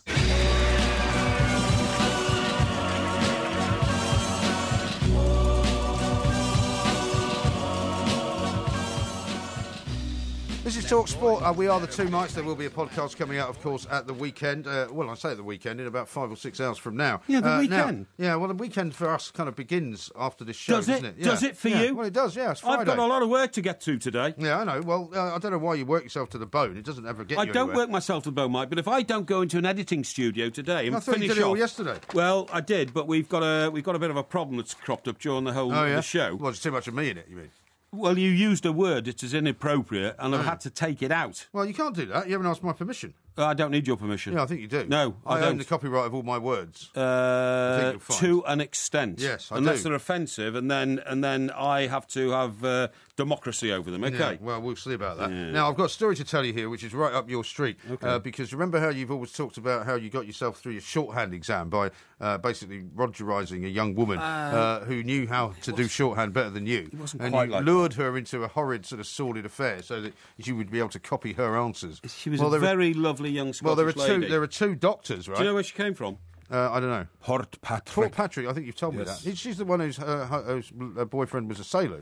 A boyfriend was earning £1,000 a week in the 1970s as a fisherman. Yeah. And he was 17. He was driving around. Can you believe this? This place, Port Patrick, which was bringing in tons and tons of fish by the hour. All the young lads there who were out in the fishing. I don't want to hear that story again. They were driving around in BMWs and all sorts of things before we even knew what BMW meant. The Capr-ohs as well, probably. Yeah, the Capr-ohs. Now, these two cheating doctors, right? Yeah, it's an amazing story, isn't it? Managed to do an exam in which they had 120 questions, right? They got the same 17 questions wrong. Incredible. But even more unbelievably, they've been cleared of cheating, even though one of them said, I did admit that it was me, I did ask her for some of the answers, but she had nothing to do with it. She is innocent. I mean, these two people, right, are now going to operate as doctors. They were trained in Prague, right? They appear to be from, I would say, possibly Spain. Yeah. His name is João Fernandes Pinheiro, and her name is Ana do Amaral, right? And they qualified from Prague as doctors. They came here to do a 2-day course. Yes. They took this exam, which they clearly cheated in, and they've now been cleared, so nobody's going to give them a hard time. It's extraordinary. How were they cleared? Well, because basically there was not enough evidence, apparently, to say that despite the fact that the same 17 answers that they got wrong... But I thought he held his hands up and admitted it. Well, he did. He's admitted it, right? But they've been told by the medical professionals for which they were doing the exam that they're not going to call them for cheating. They're going to say that actually that was fine. Does it mean that cheating has to be a conspiracy, perhaps? Well, and that because only one's held his hands up and said, I did it, don't blame her, then it's not cheating? I don't see how that could be the case. I mean, surely you're either a cheat or you're not. I mean, this is a guy who said he did ask for some of the answers. Were they already boyfriend and girlfriend? They were. So he wasn't offering a sort of extra portion of Rogerisation for the answers or anything like that? Oh, no, I don't think so. No? But they had a disciplinary panel. Cheating could not have been the only explanation for their behaviour. Well, what other explanation is there? They get the same 17 questions wrong. Exactly the same 17 Exactly the same, out of 120. Do you know what? That's not even clever cheating. You know, when I persuaded this young lady to slip me her... Paper. Right, okay. A bit of paper with the transcript of the shorthand, right? I mean, these two were seen talking to each other during the test. Well, we didn't talk to each other. What happened was I positioned the typewriters, because we had typewriters in those days, so she could slip the piece of paper under her under my typewriter, and I could reach in and pull it out the other side. But what I did to be smarter than the average bear... I changed about 4 of the words to make it look like mine was different to hers. You see what I mean? Well, that's really giving it some thought. Yeah, exactly. But in that case, I would say... That's thoughtful cheating. Yeah, but that's a worse way of cheating. No, because it's actually not. No. It's more kind of preconditioned, Well, I think that's arrogant cheating, to put in exactly the same paper, because either you're stupid or you have total contempt for your examiners in thinking that 2 identical scores in 2 identical papers with identical mistakes won't be subject to suspicion. I was never subject to suspicion because... Well, you should have been. No, I was smarter than the average bear. Now, talking about smarter than the average bear, would you like to hear what some of the verdict is from the listeners on your Brunel quiz attempts? Well, they know that I had a lot of knowledge about Brunel, so I would expect some praise. Here's one from Phil. Yeah. It said, Porky tried to cheat again and was rumbled. #plank. What do you mean I tried to cheat? Yeah, well... What evidence is... When I asked you what you were looking at... I wasn't looking at anything. You were looking at something. I wasn't. Then, after I had you remove your eyes from whatever it was, you found yourself getting nil point. No. Ian says, once again, Porky proves he's an expert on sweet FA. Perhaps you should do a quiz on the FA. Excuse me, I think there'll be a few tweets coming in saying that Porky's extremely knowledgeable on Isambard Kingdom Brunel, born in 1806, died 1859. Yeah. But as usual, old Fatso didn't ask him the right questions. Here's one from Def, who says, Porky is a plank so thick that Brunel himself would have had trouble using him. That's good. I like that one. Here's one from Becky, Insulting. who says, another classic Porky quiz. Insults, arguments, obscure questions, forgetting questions, MG cackling, Porky clueless. No, you forgot the answers. She says 1 out of 10. You forgot the answers. You wouldn't give me the mark I deserved on the second question. I played the answer back to you. You forgot the answer. I played the answer back to you. You forgot my answer. Roy says, never heard such a pathetic attempt to try and bully points. He's an expert in absolutely nothing. That was pitiful. This is not true. How about this one? Bill says, Porky claimed Brunel was like a godfather to him. Don Planco Corleone. Which is rather good. I find that amusing. To denigrate one of the greatest Britons ever. Do you know that Isambard Kingdom Brunel was voted the second greatest ever Briton in a BBC poll in 2002? Well, that's good knowledge as well. But unfortunately, that also wasn't the question that we were going to be asking. Yeah, well, I thought it was one of the obscure questions you might ask me. That's not about him, is it? That's about a poll at the BBC. No, it's about him. I mean, the question I did ask you about the poll, you got wrong. The one at Anfield. Which poll? The poll at Anfield. Oh, you idiot. That is such I'm a amazed load you of didn't nonsense. know that. Are you saying it's not true? Not only did I not know it, 8 million people around the world who support Liverpool Football Club and have been to Anfield don't know it, OK? Well, they do now. Yeah. Brizey says, such a plank every week he fails the quiz that he is an expert in and gets more angry when he gets questions wrong. No, I get angry because the stupidity of the questioning. In fact, I no longer believe this idiotic statement you make at the start of each quiz. Yeah. The independent assessors, independent quizmasters, they don't exist. Yeah, they do. No, they don't. They certainly do. No, well, in that case, before the next one, I want their identities. You can't have them. I want their identities. No, they have to remain secret because otherwise you try and bribe them. No, I wouldn't. You would, of course. That's your MO. No. You would try and contact them, like sort of getting the jury to vote in your favour. How about this one from Chris? I think we'll finish up with this one. Porky's favourite quiz answer is, that's what I said. So maybe if we can rig a couple of questions with the answer, which is actually, that's what I said, then you'll get one right. What do you make of that? What, you mean quotes from films and that sort of thing? Yeah, if you get somebody who actually said, that's what I said, and that's the answer, you'd at least get 1 point. Despicable. Now, how about this? Going back to your idea about the black box in the car. Oh, yes. Or the magic box, right? Here's one from, no, I don't know whether Luke is impugning himself here or incriminating himself. He says, I had a black box in my car, and after 8 months I had to cancel my insurance, and the company I had insured with wanted £75 to take it out. So I found out where they put it, took it out myself, and sent it back to them. Well, I suppose that can happen. Is that something you can do? A mate of mine, right, when I went into my massively successful internet TV sports station venture, right? Yeah. Massively successful, perhaps a bit of an overstatement. Yes. Yeah. Yes, unfortunately. Yeah. I rang up this mate of mine and said, look, would you like to be... this is a prize business opportunity. Oh, yeah. Would you like to invest some money in it, you see? Oh, God, you didn't get somebody else to put their money in as well, did you? Yes, I did, yeah. And he said, actually, mate, the reason I've been in touch for the last sort of 2 years, and this guy's a Chelsea season ticket holder. Oh, yeah. Don't tell his name. Well, he hadn't invited me to the game for a year, you see, and I thought, well, that's a bit odd. Yeah, Most people, are desperate to have me sit alongside them. I'm sure. And he had a box, actually, at Chelsea, and he said, look, mate, he said, I haven't told him, I haven't gone public, he said, but I've actually invested the last 2 years of my money, my time and all that in a new insurance company. All right. And I said, what sort of insurance? He said, car insurance. I said, there's a lot of car insurance companies around. He said, no, mine's different. Anyway, it ended up, he founded Ingenie, which was the first insurance company to produce the black box, which every other insurance company has now followed. Right. And within 6 months of launching it... But are they just doing it now for young drivers? Is that what they're doing it for? Do it for everybody now. Yeah. They do it on lorries, right. Because you could ask for it to be put in, can't you? Absolutely. And that means your premium goes down. Absolutely. You can cut your premium by 50% if you have a box. Right. But within 6 months of launching this company, after working on it for 3 years, and literally... locking himself away in his office and working it all out, he sold it for 75 million quid. 75 million? 75 million. Blimey. Yeah. And bad, he did very well indeed. Yeah. And he did a very, very clever thing. Do you think he might want to invest in my new transmission? Well, he might do, give you a spare gearbox or something. But he did a very, very clever thing.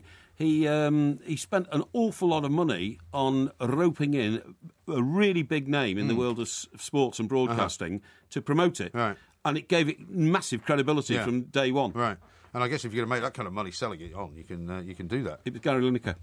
I didn't ask you who it was. But I was going to tell you anyway. Right. Yeah. Well, it wasn't you then anyway. Didn't use you with your great, outreach and, popularity. I was busy. Yeah, right. Okay. Now, I'm going to end with this, which is possibly, I thought the earlier text of the night was the text of the night. This is the text of the night from Mark in Hemel Hempstead, who sent it into 81089. Right. He says, well done, Porky. Isambard Kingdom Brew nil. Oh, you think that's funny, don't you? It's good. Yeah, that's very funny. I like it a lot. Do you know what? You don't know what it's like to be in the hot seat. What? sort of being, having the light put on you and having to challenge your intelligence once a week, every week. I take my hat off to you. Stress and the pressure that goes into that. If I had a Brunel-sized hat, and by the way, I hope the audience of millions have sympathy with me. I go through so much pain and agony researching these things, and all you do is cheat and humiliate me on a weekly basis. I'll just read out the questions. It's not right. I'll just read out the questions. Look out for the Two Mikes podcast. It will be coming out around about 5 hours from now. Have a great weekend, Mr. Parry. I will see you on Monday. I may speak to you over the weekend if I'm not too busy. Yeah, I hope your other car blows up, by the way, over the weekend. Yeah, thanks very much indeed. Yours will probably get another couple of punctures on the way home. It's 4 o'clock. Time for the news and sports headlines. I'm puncturing your face. With David Spencer.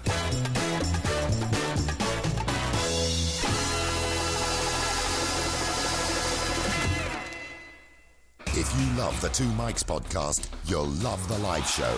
Weekday overnights from 1am on DAB Digital Radio and 1089 and 1053 AM and via the TalkSport app. TalkSport, your Premier League station with exclusive commentaries every weekend. What an absolute corker! TalkSport. That's possibly your most idiotic idea yet. Not. Look at the light!